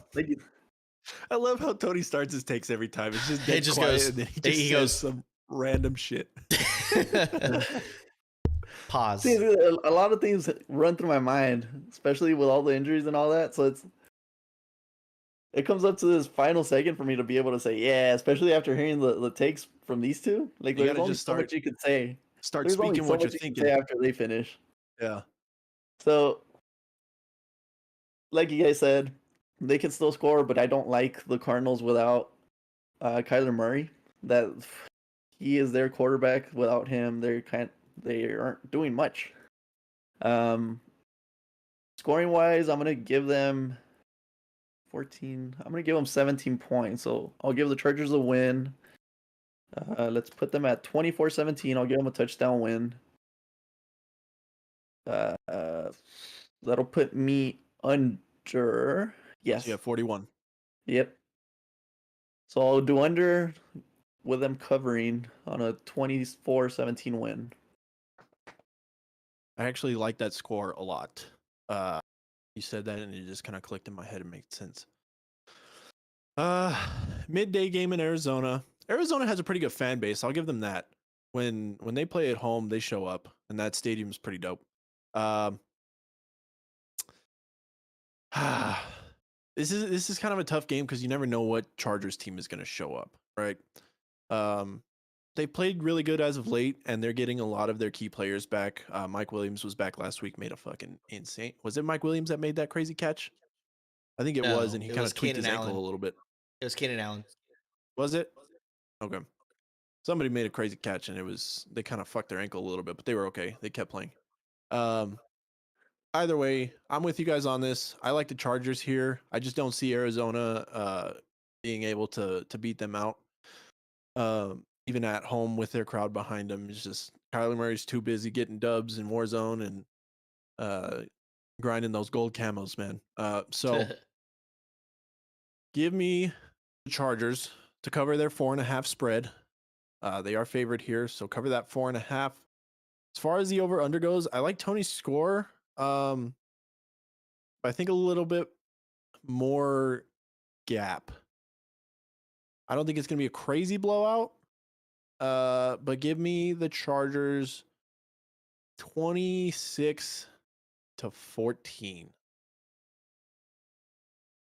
Yeah. Perfect. We will truck along here. Next game here, we have the New Orleans Saints going into San Francisco to take on the 49ers.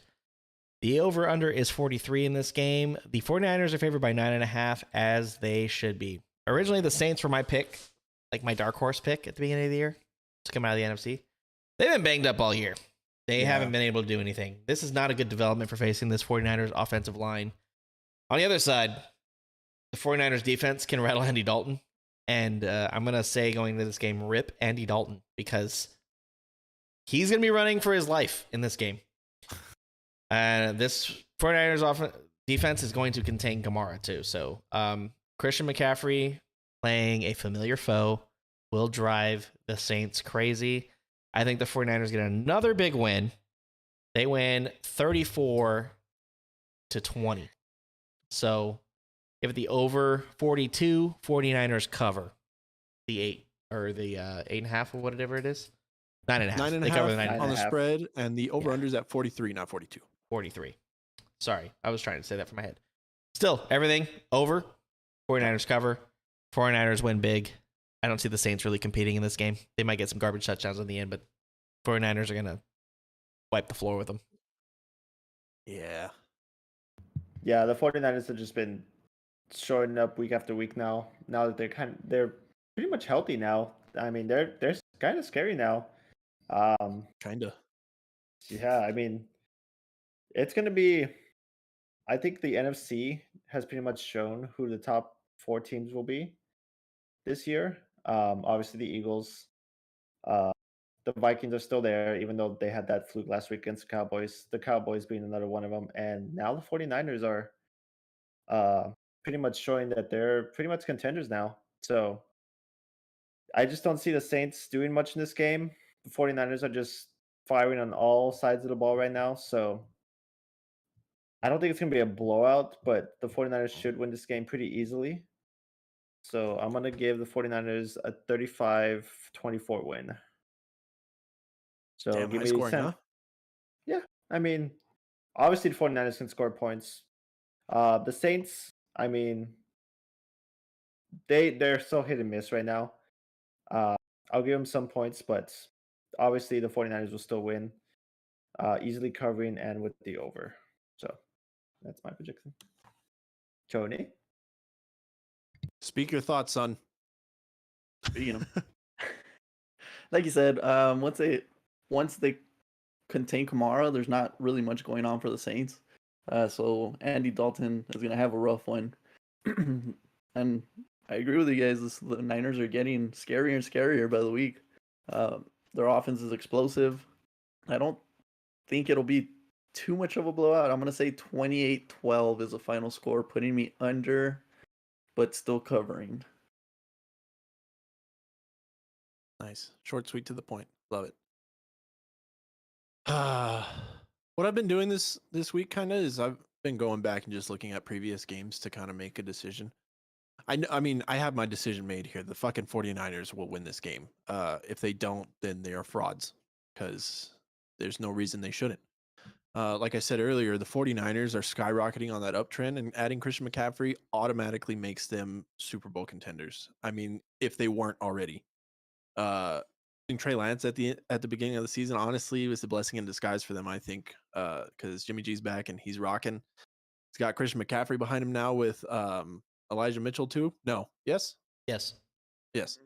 So I mean, they're stacked there. Their receiving core is nuts. Brandon Ayuk and Debo out there.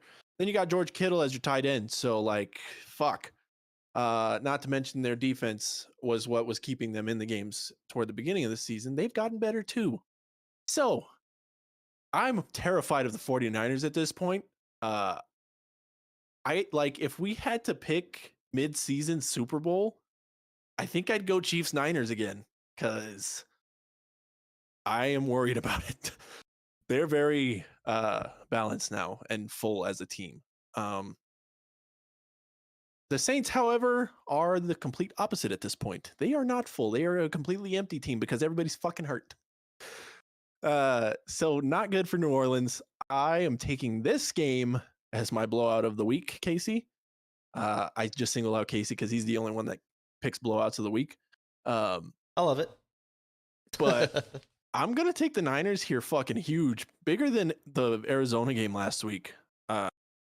Give me the Niners here. Do you think they blow out bigger than your Cowboys? No. 42-10 here. Niners. I think it's just going to be fucking crazy. And it's in They're at home. San Francisco too. So Yeah. that Niners crowd is no joke. I mean, even last game, when we were at the playoff game, half the fucking Cowboy Stadium was Niners fans. It was just, they're a different breed. They really are. Shout out to Dr. Disrespect. Yeah. Fuck. I still hate the Niners though. Don't get me wrong. Fuck them. But I think they're going to blow New Orleans out of the water this week. 42-10 is my final score. That is over. And that covers the 9.5 3 times. Oh my God. So Niners almost score the over by themselves. They're just too much. And the Saints are banged up like crazy, man. It's just, It's bad in New Orleans. I it's feel just bad what for I'm them. seeing here. If there's any team that's been bugged by injuries, it's the Saints this year. It's the Saints. have been. They were my pick to win the division They at were the mine beginning too. of the year. And I think they'd still be in it if they weren't so decimated right now. Mm-hmm. Like that Everyone's that's a fucking good hurt. team that they have, but not right now. Yeah, unfortunately. What can you do? All right, you ready for the biggest spread of the week? Yeah, this might be a bigger blowout than the last game. The LA Rams are going into Kansas City to take on the Chiefs. The Chiefs are favored by 14.5 in this game. The over-under is 44. Here is what's wrong with the Rams. They lost Cooper Kupp. They might not have Matt Stafford this game because he left the Saints game with a concussion. He has not been cleared yet. So the Rams offense just keeps breaking down. They have constant offensive line injury woes. Like I said, Cooper Kupp's out. Matt Stafford might join them on the shelf. Their defense just doesn't have anything to play for right now. The Rams have a great defense, but I don't think they are motivated to play. So we will see what happens in this game, but Patrick Mahomes should remember. Oh, by the way, remember the last time these two teams played 4 years ago was probably one of the greatest NFL games ever. That's when Kansas City wore their all red jerseys and the Rams wore all yellow. So it was like mustard versus ketchup. The final score was like 54-51 or something like that. God, I remember And the that Rams game so won. much. They won that game. I remember watching that in a hotel room wherever. I don't remember where I was. I was in a hotel room. I do remember that. And Vashi was getting mad at me because we weren't going out because I was watching this game. Because it was such a good game. Probably one of the best NFL games I've ever watched. But Patrick Mahomes should remember losing the epic shootout to the Rams 4 seasons ago. He'll make amends here. And I think we have another blowout. This is a week for blowouts, I think. Well, we would think that, but it's not going to work out that way. This just seems like a week where there's a lot of mismatches. in this week, and it's just really weird. But I think the Chiefs are going to win. I'm with kind of like you were on the 49ers, Daniel. I think the Chiefs almost score 44 by themselves. So I'm taking the over in the game. The Chiefs will cover the spread. I'm going to give them 41-10, just because I don't think that the Rams will be able to do much because their offense is so banged up. Yeah. This was almost a Super Bowl matchup last year. Both of them lost in the championship No, games. The Rams won the Super Bowl last year. Oh, that's right. But They beat the 49ers. yeah, Cooper Cup's gone. No one to throw to Matthew Stafford. No one to throw the ball. No running game. Rams offense is just absolutely destroyed right now. Defensively, they're still okay, but I mean, if their offense can't stay on the field, I mean, that defense is going to be run ragged through that game. So the Chiefs should take this game pretty easily. I have a big blowout in this one, 35-14. So Kansas City easily covering with the over. So I'm just going to keep it short and sweet because I think it's pretty easy. I mean, if the Chiefs lose this game, I mean, oh, good luck. They lost to the Colts earlier in the season, so who fucking knows? They sure did. Yeah, they did. I don't know. Mahomes keeps on finding ways to pull out the game, so I don't think they're gonna take an L, especially not this week. It's gonna be a blowout, straight and simple. There's too much going on with the Rams right now. Aside from them just not playing good football and just struggling everywhere, now they're struggling with key points and injuries. So I'm gonna say it's gonna be a 49-9 game.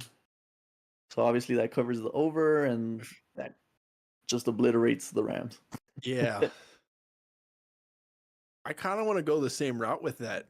Do you guys, okay, Casey, you might know, but do you guys know who the Rams' second string quarterback is?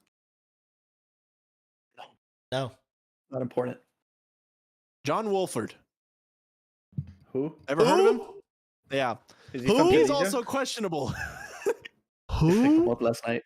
Their third string quarterback is Bryce Perkins. Who? Is that a kicker? Probably. If Matt, this is what's going to decide if this is complete obliteration or not is if Matt Stafford plays. And even then, it might still be. If fucking Matt Stafford doesn't play this week, the Rams will not score a touchdown. I'm just going to say it now. The defense might. The defense might, but even then, that's only because the Chiefs have scored 9. So this is going to be a bad week for the Rams and Rams fans, I feel like. It's in Kansas City. Sorry, it's Mike. cold as fuck too. So it's going to be a bad week for LA. Basically where I'm at now is picking a score. The Rams are plus 750 if you take them straight up right now. That's how heavily favored the Chiefs are, rightly so. Fuck. Tony, what did you say? Did you say 49-9? Yeah. Oh my god. I gave them the over on their own. See, the thing with it is it's very, possible. very likely. You know what's It's about to not happen possible, though? It's likely. You know what's about to happen though? We're gonna predict all these blowouts, and the Rams are gonna win this game, and then all the Rams fans are gonna be like, "You guys don't know what you're talking about" on TikTok. Yeah. So Well, we never do. So, here's where I'm gonna go with this. I'm gonna take the Chiefs. Not that super big though. I'm gonna say 38 to 6. And by late third quarter, early fourth quarter, they put in their second string team, and the Rams maybe score a touchdown at that point. So give me 44 to 12. 44-13. 44-13 Chiefs. perfect. We'll go to the chat real quick here. Edward, rematch with 49ers and Cowboys happening again, and Dallas wins this time. God, I fucking hope so. You think Dallas can beat the 49ers? Dallas could have beat the 49ers last year. But they They didn't. just That's the thing with the cow. Oh, here we go. Here No, we fucking go. no, just stop. I'm not right gonna there. do it. Stop right there. Liana, ha ha ha. Who? Yeah, who? I don't know who these guys are, so I don't Jerry think who? anybody knows who they are. Jerry who? There you go. Jerry went to bed. Eagles To be fair, I bet you the offense doesn't even know who they are. Who are these guys? Did you pick them off the street? Oh, okay, whatever. Are you from the XFL? They might be. Yeah, if Matt Stafford doesn't play this week, it's not good. I don't think even if he Try out the plays, water it's boy for chalked. the week. It's already It's chalked. really not good. All right. Let's move on here. Sunday night football. We have the Green Bay Packers going into Philadelphia to take on the Eagles. The Eagles are 7-point favorites. The over-under is 46. Guys, the Packers are a really bad road team this year. They're really bad. Mm-hmm. The Eagles, except for that Commanders debacle in week 12, or week 10, sorry, we're going into week 12. In week 10, have been dominant in Philadelphia. Fuck them. They got away with more sloppy, slow starting play in Indianapolis against a good Indy defense. Indy defense pretty much just shut down the offense. Our offense just couldn't score, which is why the Eagles left with a W. I think Jalen Hurts running and passing will confuse a depleted and undisciplined defense for the Packers. Aaron Rodgers is going to get ripped by a tough front once the Eagles newcomers help contain the run.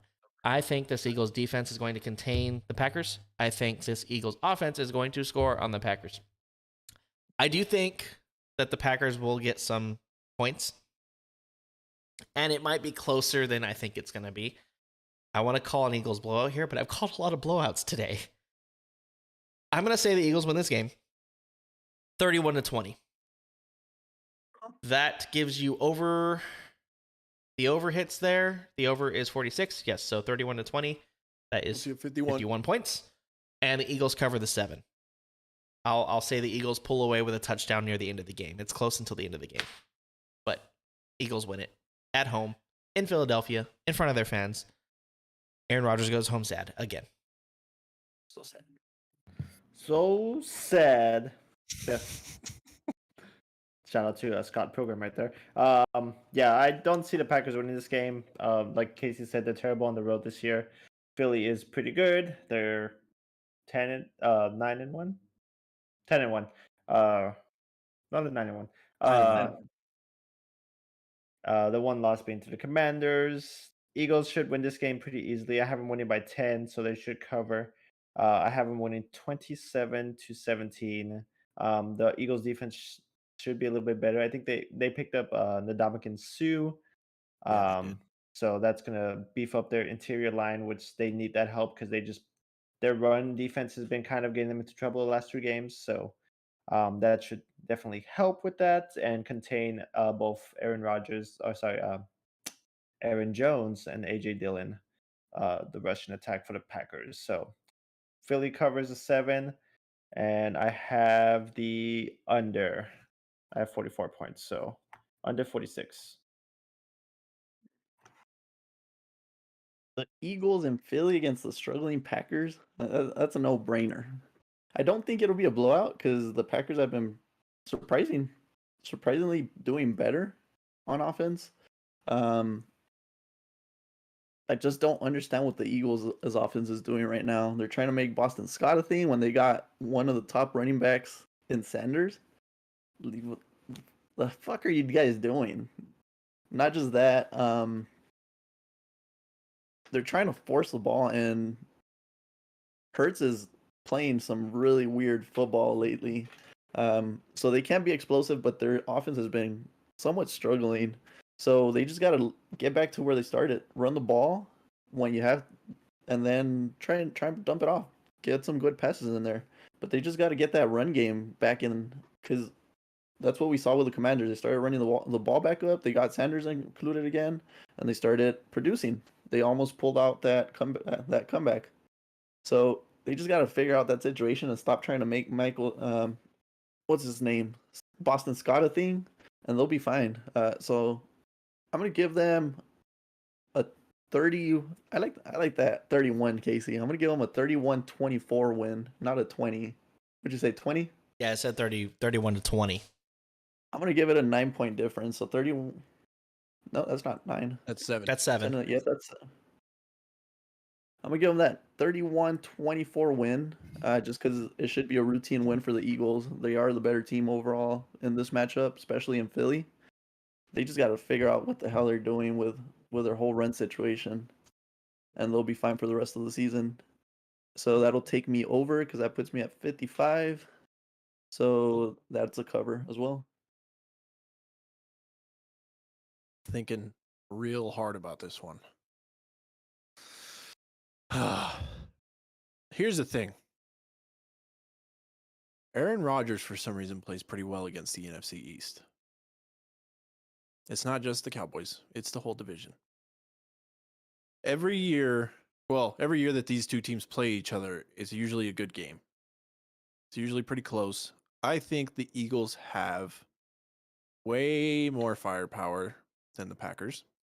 Tony, like you said, they're trying to make Boston Scott a thing, and I feel like they're not trying to be Dallas, but they're doing what Dallas does in a sense that they do too much and they should just play their game because they have those weapons available to them, and there's no reason for them to not just play their game because it will win you the game. So, back in Philly, Philly bounced back against the fucking dumbass Colts last week. Barely. Casey, I fucking hate him. Barely. Why?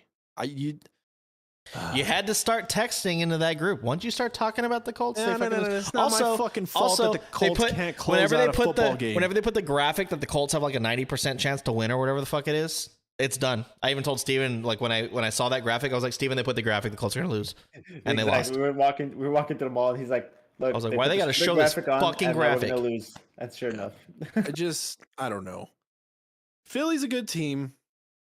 They're top of the NFC still. I'm not going to put... It's so difficult for me to do, but I'm not going to discredit them anything. Everybody's saying that Philly's season has been so easy, yada, yada, yada. The fucking NFL, dude. There's no easy seasons. It just doesn't exist. Yes, they have on paper the easiest schedule in the league. Don't know why I'm defending them right now, but there you go. I think Philly is going to win a close game here, though. I think Aaron Rodgers, Aaron Jones, and A.J. Dillon are finding their strides a little bit. Also, Christian Watson, pretty good receiver now that he figured out that he's able to catch the ball.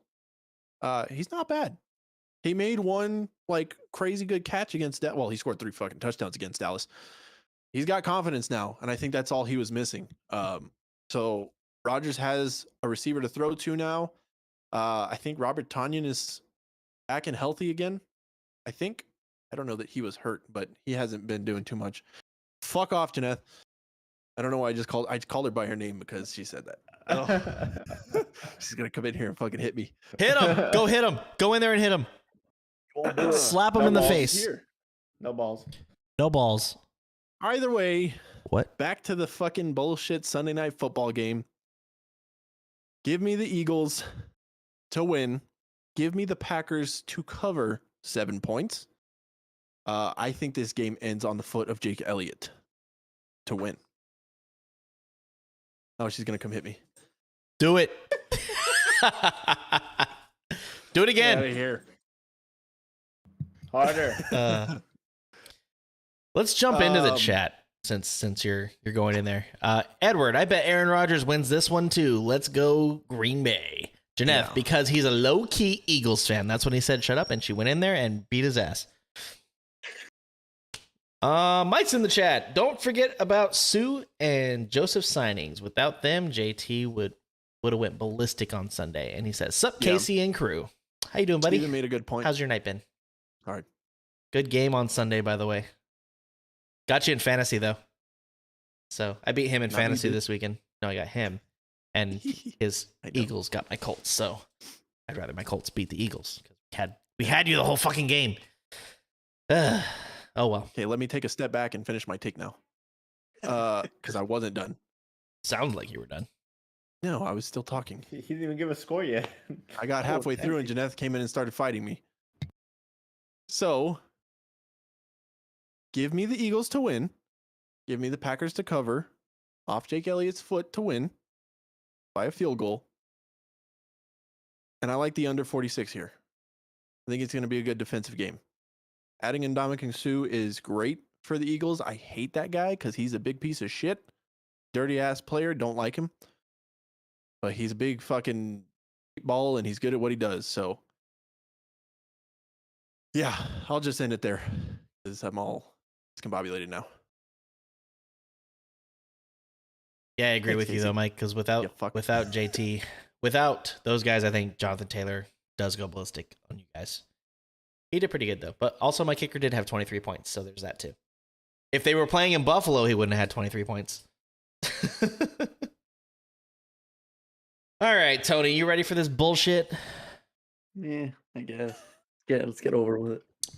I'm gonna do a little intro here, Steven and Daniel. You're gonna go first, and then Tony, and then I'll go. How about that? Lovely.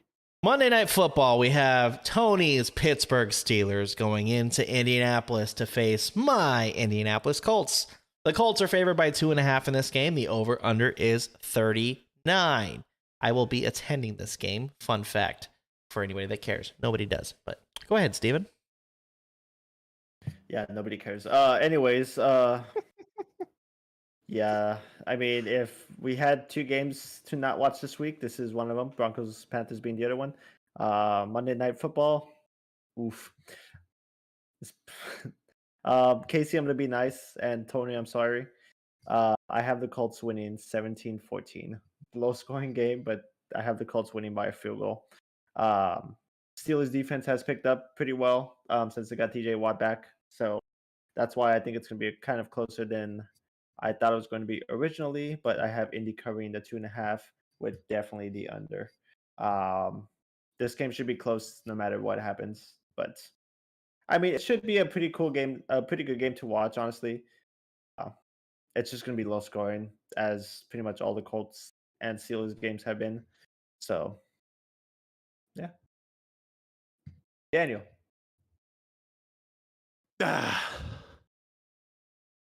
This game's going to be a fucking joke. It won't. I think it's a good matchup, honestly. Both teams pretty mediocre this season, but can win against tough matchups. So I think it'll be a good game. I like where the spread's at 2.5. Indy at home has been decent. They've been better than on the road, I feel like, especially in that Kansas City win and then almost beating Philly last week. That was in Indianapolis, right? Yep. Yeah. So I think I'm going to go with Indianapolis this week, just because I don't have any faith in fucking Kenny Pickett in the fourth quarter. I think it'll stay a close game. I think Tony is agreeing with that.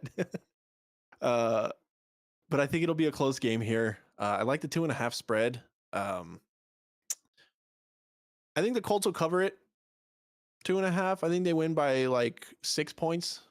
Like a field goal or 6 points. I mean, a field goal will cover that spread at 2.5. So it's not too often that happens. But I like the Colts here to win this game. Give me 20 to 16 Colts. Tony. All right, so Steven, I don't agree with you. I think this is going to be a good game just because of the fact that they're both mediocre. Yes, sir. Because of that, I think it'll be entertaining to watch. I don't think it's going to be just something that we're going to have to get through or just sit through. I think it'll be a good matchup just because they're, like I said, they're both trying to still make something happen for the season, which is they're in a really deep hole. But they are somewhat evenly matched. Let's start with the defensive end of the Steelers. They're struggling with a secondary. Their run defense has improved a lot. They've found a way to plug the holes and cut down on what they were last year against the run. So with that being said, I think they have the capabilities of shutting down Jonathan Taylor, which if that happens, I don't know how deep the Colts will be able to go. As well with that, our secondary is trash. They keep getting burned on the inside of the field like it's their job. I swear. So So that's the one downside. Now, if we go on the offensive side, it seems like the Steelers have learned how to score in the past few games. So that's why I say it'll be an interesting game because it looks like they could get into the end zone now, especially with that rookie to rookie connection that we got going on with Pickens and Pickett. Not just that, but Freiermuth has come alive again, as we saw at the end of last season. So I think it's going to be a 28-24 game with the Steelers winning, just because I can't pick the Colts because fuck them. But I think it'll be a fun game to watch. I think it'll be a lot like the Bengals Steelers, where it's going to be a pretty decently scoring game. It's going to be a lot more than you expect. It'll be a tough win, but I think this is going to be a little confidence booster for the Steelers to be able to finally do something with the season. If not, they should just straight out scrap it and go for a better pick in the draft. Yeah. Anywho, like I said earlier today, and like Daniel just said, if they can't get it going before the fourth quarter, it's over. Because Kenny Pickett just chokes every single week on the fourth. Plays a hell of a game from 1 through 3, but then comes around the fourth, he's just biggest choke artist ever. I think. And I mean, it comes with being a rookie too. Like, you can't just, unless you're fucking Joe Burrow, apparently. But Yeah. if you come into the league like that, it's just, you don't expect to be that guy yet. I mean, Joe Burrow did it because apparently he is that guy and he's just fucking insane. But I wouldn't expect too much from your Steelers this season. I think they are building well, and I think they're going to be back really soon, honestly. But he's gonna be next year's quarterback. I think he'll be in a way better state next year. This year was just kind of a trial period. But I was expecting at least them having. I didn't expect them to go to playoffs, but I expected them to be above 500. Yeah. So that's my goal right now. Yeah.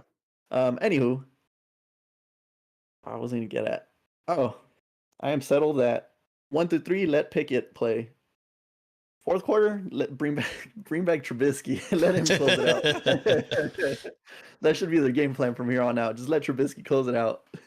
You got a fucking relief pitcher for your football team? Relief quarterback. It's the closer. Yeah. All right. Here we go. Which is like your slogan, which is weird. It's a Steelers slogan. It's "Here we go." It's our hashtag. Get fucked. The Steelers are winning. I'm changing my pick. Here's something about the Steelers. Last 2 games, they have scored points, yes, but they scored against the Saints, who are banged up, and the Bengals, which their defense isn't great, but it's a divisional rivalry. Mhm. Steelers have also only won 1 away game this year. Their first away game in Cincinnati, and they had to go into overtime to do it. This game was in Pittsburgh. I might think about picking Pittsburgh, but this game's going to come down to which offense shows up because both defenses are really good. Both of our defenses can play. Our offenses are god-awful. Both of them. If Jonathan Taylor can figure out how to break through this Steelers defense, it's going to be over for you guys. I don't think Najee Harris is going to do a lot of stuff because Indy's only giving up 98 yards a game rushing. So it's going to have to come down to Kenny Pickett for you guys to win this game. I don't see that happening. I think the Colts, like you said, your secondary is not very good. Matt Ryan has been finding Pittman and freaking Paris Campbell in the down the field. So I'm going to give it to the Colts. I know the last 3 times the Steelers have come into the Colts stadium, I've been there for every game, and they've lost every fucking game. Here's an outlier. You were at every one of those games too, and you're not coming to this one. So we'll see. Yeah, we'll see. I have the Colts winning. I disagree with Steven too, because he was like, oof, this matchup. This is probably the best matchup on paper for the whole weekend. Because, as you said, Tony, we're both mediocre. So there we go. But Colts should win this game. I think it's going to be close. I think it's going to be low scoring. I'm going to give it to the Colts 23-19. Colts win. Probably won't happen that way, but it's going to be that close. So Colts will cover the 2.5, and I have the over 39. So 23-19 Colts win. I'll be in attendance. It's Monday Night Football. Please win a fucking primetime game while I'm there. I'm undefeated at Colts games this year. I'm defeated against the Steelers, apparently. Something's got to give. Fuck, should I switch to the Steelers? Also Everything is undefeated telling me to switch. at You guys Colts settled with primetime Matt games Ryan, that right? I attend. So I'm going to You be guys settled loud. with Matt Ryan for the week. Oh, yeah, Matt Ryan's starting for sure. Oof. He Yeah. should be. Yeah, If I he's like the better TJ Watt, get the quarterback. touchdown off of him. He's a better quarterback. It's all going to come down to if our offensive line doesn't block, Matt Ryan might die. You guys TJ got Watt's TJ gonna Watt and run. friends on the other side of that ball there, and I don't know. They're the scary part. I mean, your defense can score. Like Matt Ryan could throw a pick six.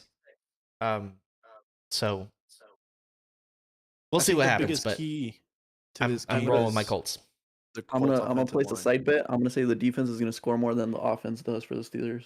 I would probably take that bet. I would take that. And I'll take it too. I wouldn't be surprised if the Colts defense scores more than the Colts offense. So there we go. What were you saying, Daniel? Sorry. I'm just saying that the game for the Colts this week is gonna lie on the shoulders of your offensive line. That's just how it is. I mean, if they can hold down TJ Watt and that line, open up some holes for JT to run through, and give Matt Ryan some time. That's the thing that like everybody's jumping on Matt Ryan like he's a terrible quarterback. He's not washed. He's just A lot of Colts can't fans are doing fucking that throw the too, ball. and it's pissing me off because it's not his fault. It's kind of like Carson Wentz too. A lot of people were hard on Carson Wentz, but it was the same problem that Matt Ryan's having right now. It wasn't Carson Wentz's fault. Carson Wentz was doing okay before he got hurt, and now he might get replaced by that's the Taylor biggest Heineke. part So of on offense. I mean, the quarter like it's a known. Well, apparently it's not, but the way it works is the quarterback gets all the credit, and the offensive linemen are just the humble wall that don't ever get any credit. That's just how it always has been. But at the end of the day, the offensive line is the biggest component to a football team. it really is. Let me say something about the Your Colts team offensive will line. die on that. Huh? Colts on the offensive line, you guys are the most paid in the league. Stop sucking. Just stop it. Yeah. Cut it out. Not good. Block. Do your job.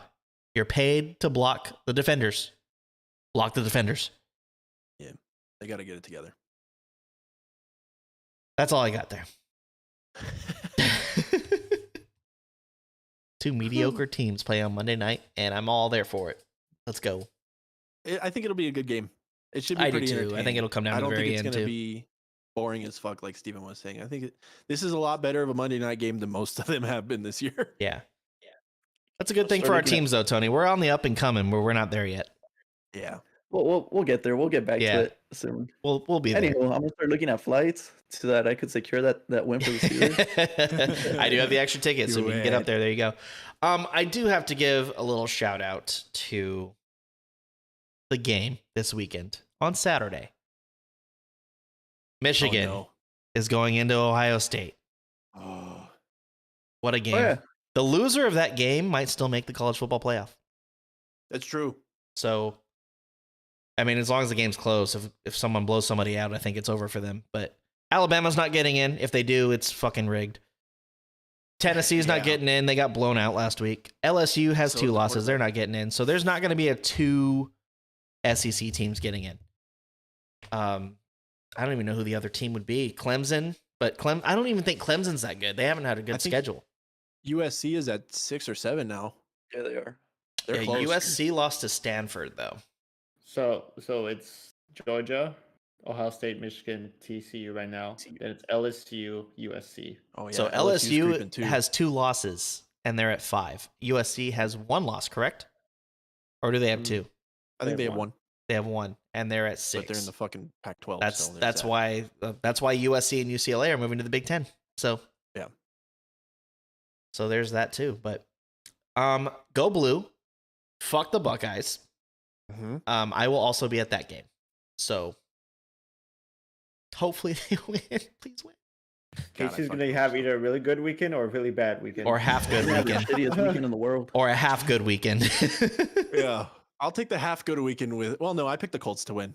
I hope Casey has a good weekend, I and do that too. says That's a the lot worst because I team. fucking hate him. Yeah, because next week we play the Cowboys. So Yeah, we'll see if Matt Ryan is still alive for that. So But yeah, this should be an interesting weekend. I'm going with Tiffany and Andrew, and we're going to college so game day. worried. Tiffany is more excited for college game day than The game. the game because Pat McAfee's there, and Pat McAfee's like her boyfriend. So, or so she says. She's like, my boyfriend will be there. We're gonna go to that. I'm like, yep, Yeah. we'll go. So, Casey, but go blue. I want to make the point. You're not allowed to wear any red this week. So Steven, keep an eye on him. I went to the driving range the other day and I was wearing gray shorts and I had a red hoodie in my truck. I didn't wear it. I stayed cold. I Don't fucking worry. put on a blanket instead. I don't really wear a lot of red clothes anyway. I'm about to say, Fuck Ohio the only State. time he wears red is when he wears his Red Wing stuff. True. And they're not playing here this week, so. Although, Fuck Ohio also, State, do you go find blue. it ironic that so Ohio State's red and Michigan's blue? Hockey aspect, when you switch them around, the Red Wings are red, and the Columbus Blue Jackets are blue. Huh. So that's kind of funny. That's pretty funny. They both have red and blue in their names. That's So. funny. Yeah. But yeah, fuck Ohio State. Fuck them. Fuck them. Fuck them. Fuck them more than anyone. More than the Eagles. Fuck Yeah. them. I hate Ohio State. Fuck. I think I hate Ohio. That good might be thing. my most hated team. Just ugh. Just because that Definitely. rivalry is so big, you know. I As like soon do you as know the how Michigan many- game ended this past week, I was just like my anxiety level went from 0 because Michigan won back to 100 in like 30 seconds. You're like, God damn it, we play 'Cause Ohio it's State the next week. And it's at Ohio State. It's in the so shoe. It's in the shoe. Ugh. So let's go blue. Go blue. All right. I'm so scared. It'll be a fun weekend. Yeah, we'll all be watching. You got Oh, anything else oh, to say? Anybody Michigan else? fan? Did you want to say go blue? Go blue. Yeah, go blue. Tiffany, fuck you. Go blue. Yeah, true. Tiffany is on here. Tiffany, Casey's gonna have a terrible weekend. I'm going with you. Ugh. I'm rooting for you, Tiff. OS printed Michigan logos on their helmets in practice, Edward says. Yeah. Yeah, they're practicing. Yo. Also, my favorite thing to do every year. So Ohio State, the week we play Ohio State every year, you have all these Ohio State fans putting X's where the M's go in like chats. So like Mhm. they'll say like a paragraph of stuff, and there's an M there, they put an X there. My favorite thing to do is to go in and find all the M's they missed. Just to be a shithead. Just to be a dick. It's Be like, funny. you missed one. I want to jump back to the NFL real quick. The new Cowboys helmets, like with the classic look on them, look fucking sweet. Holy shit. Did Those you do see look cool. CDs and Zeke's helmet? Yeah. Like, because they have that futuristic look, but they got the classic paint job on them. Oh. The Colts excited. are wearing throwback uniforms on Monday. I don't know if the Steelers are too, but the Colts definitely are. You know what's super fucked? The Cowboys and the Giants are both going to be wearing blue. The Giants are going to be wearing all blue, and the Cowboys will be wearing their blue and white 60s classics. Are they wearing the ones that's behind you? Yes, actually. Yeah, they're wearing that. Yeah, they'll be Right, able to tell them apart. commemorative It's the Tony sleeves. Romo jersey. Yeah, it's the sleeves for the Cowboys there that will set them apart. Fun Um, fact: this jersey, they were outsourcing from Dallas. I got this for like $80. It's a $350 authentic jersey from It's the stitched. Cowboys. Yes, sir. Nice. Yeah, that's pretty good. But no, the Colts are wearing their throwback.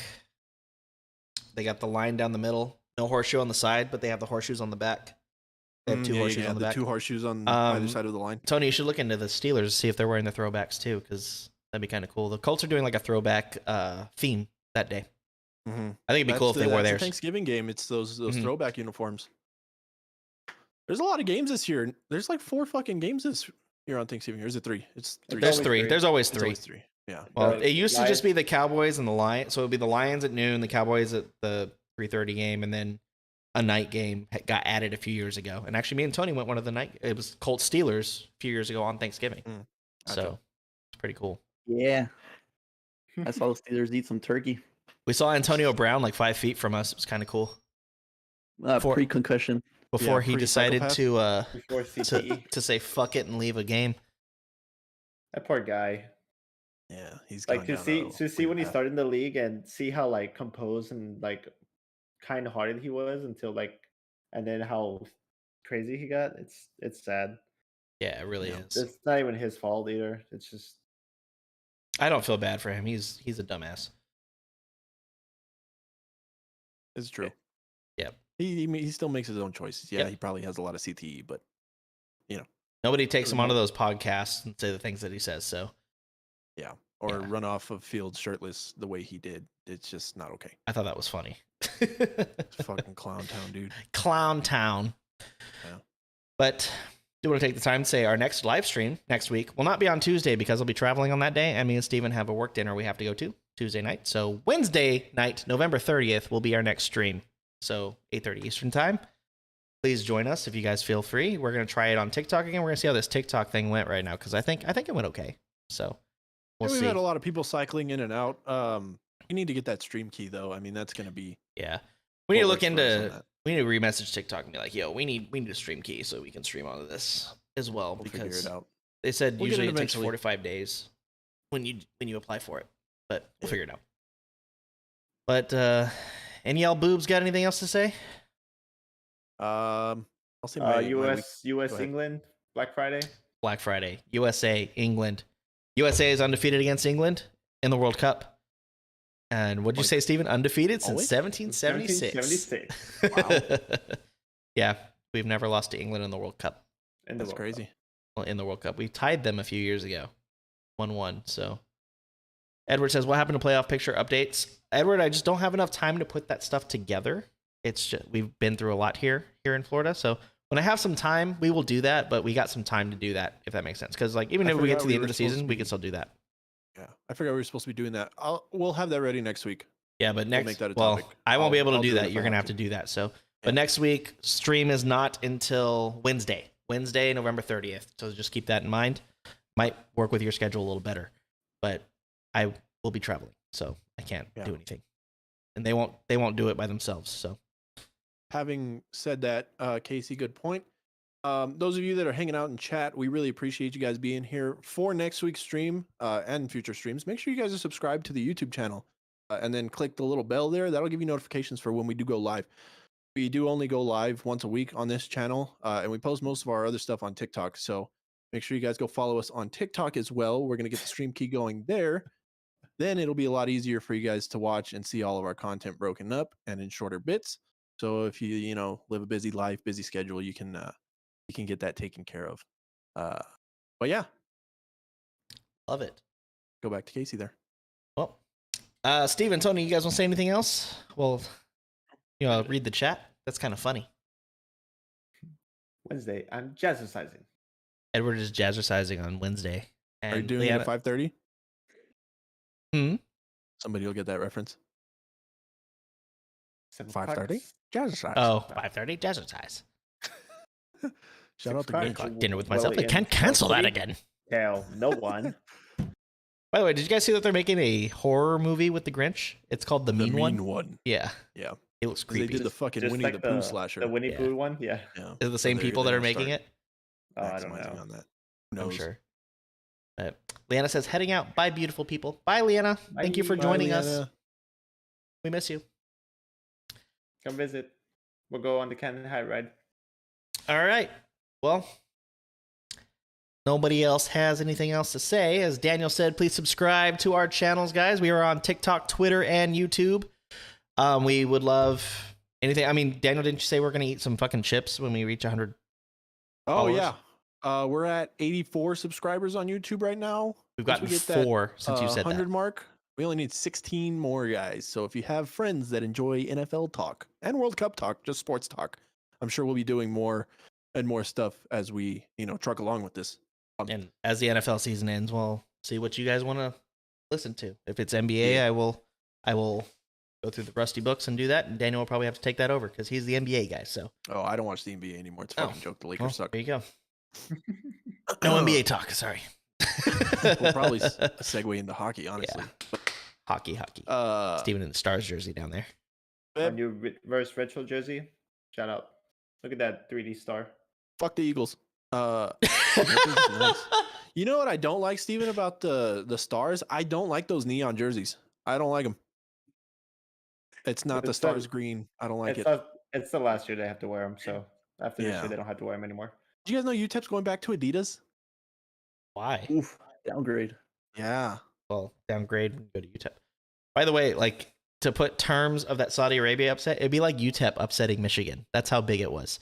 Well, It's like Appalachian State beating Michigan. No. yeah, I think that's more accurate. UTEP is barely even a Division I football team at this point. It's rough. It's rough in El Paso. They're Oof. not that bad. They're one game from a bowl game. They're not going to a bowl game, Steven. Stop having They're hope. not. They're not going to a bowl game. But I mean, that's still progress. They're not beating UTSA this weekend. They're going to Well- a bowl game. They're just gonna get blown out again.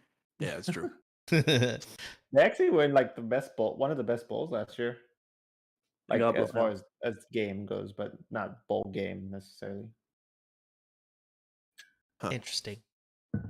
All right, Casey, cycle us out here so we can start editing and go the fuck to bed. Well, Edward says UTEP be ball on the come up. That's But- true. UTEP's Actually, basketball that team is has true. been pretty good. Jen, that says go Eagles. I We already already said went- fuck them. We I know, said but you fuck didn't them. read her chat. You got to read her chat. She put it No, in I there. did. She I worked said, really "Ben, hard. Fuck the Eagles. She knows. All right. Well, if nobody else has anything else, everybody, thank you for watching today. We hope you guys enjoyed our content. And if you enjoy it, like Daniel said, leave a like, subscribe, follow our pages. We're on TikTok, Twitter, and YouTube. But my name's Casey. For Daniel, Steven, and Tony, this is the Audible Sports Podcast, and we will see you guys in the next one. Peace out. Wednesday. It's on Wednesday next week. Oh, Wednesday. It's on Wednesday next week. Peace out. Fuck you.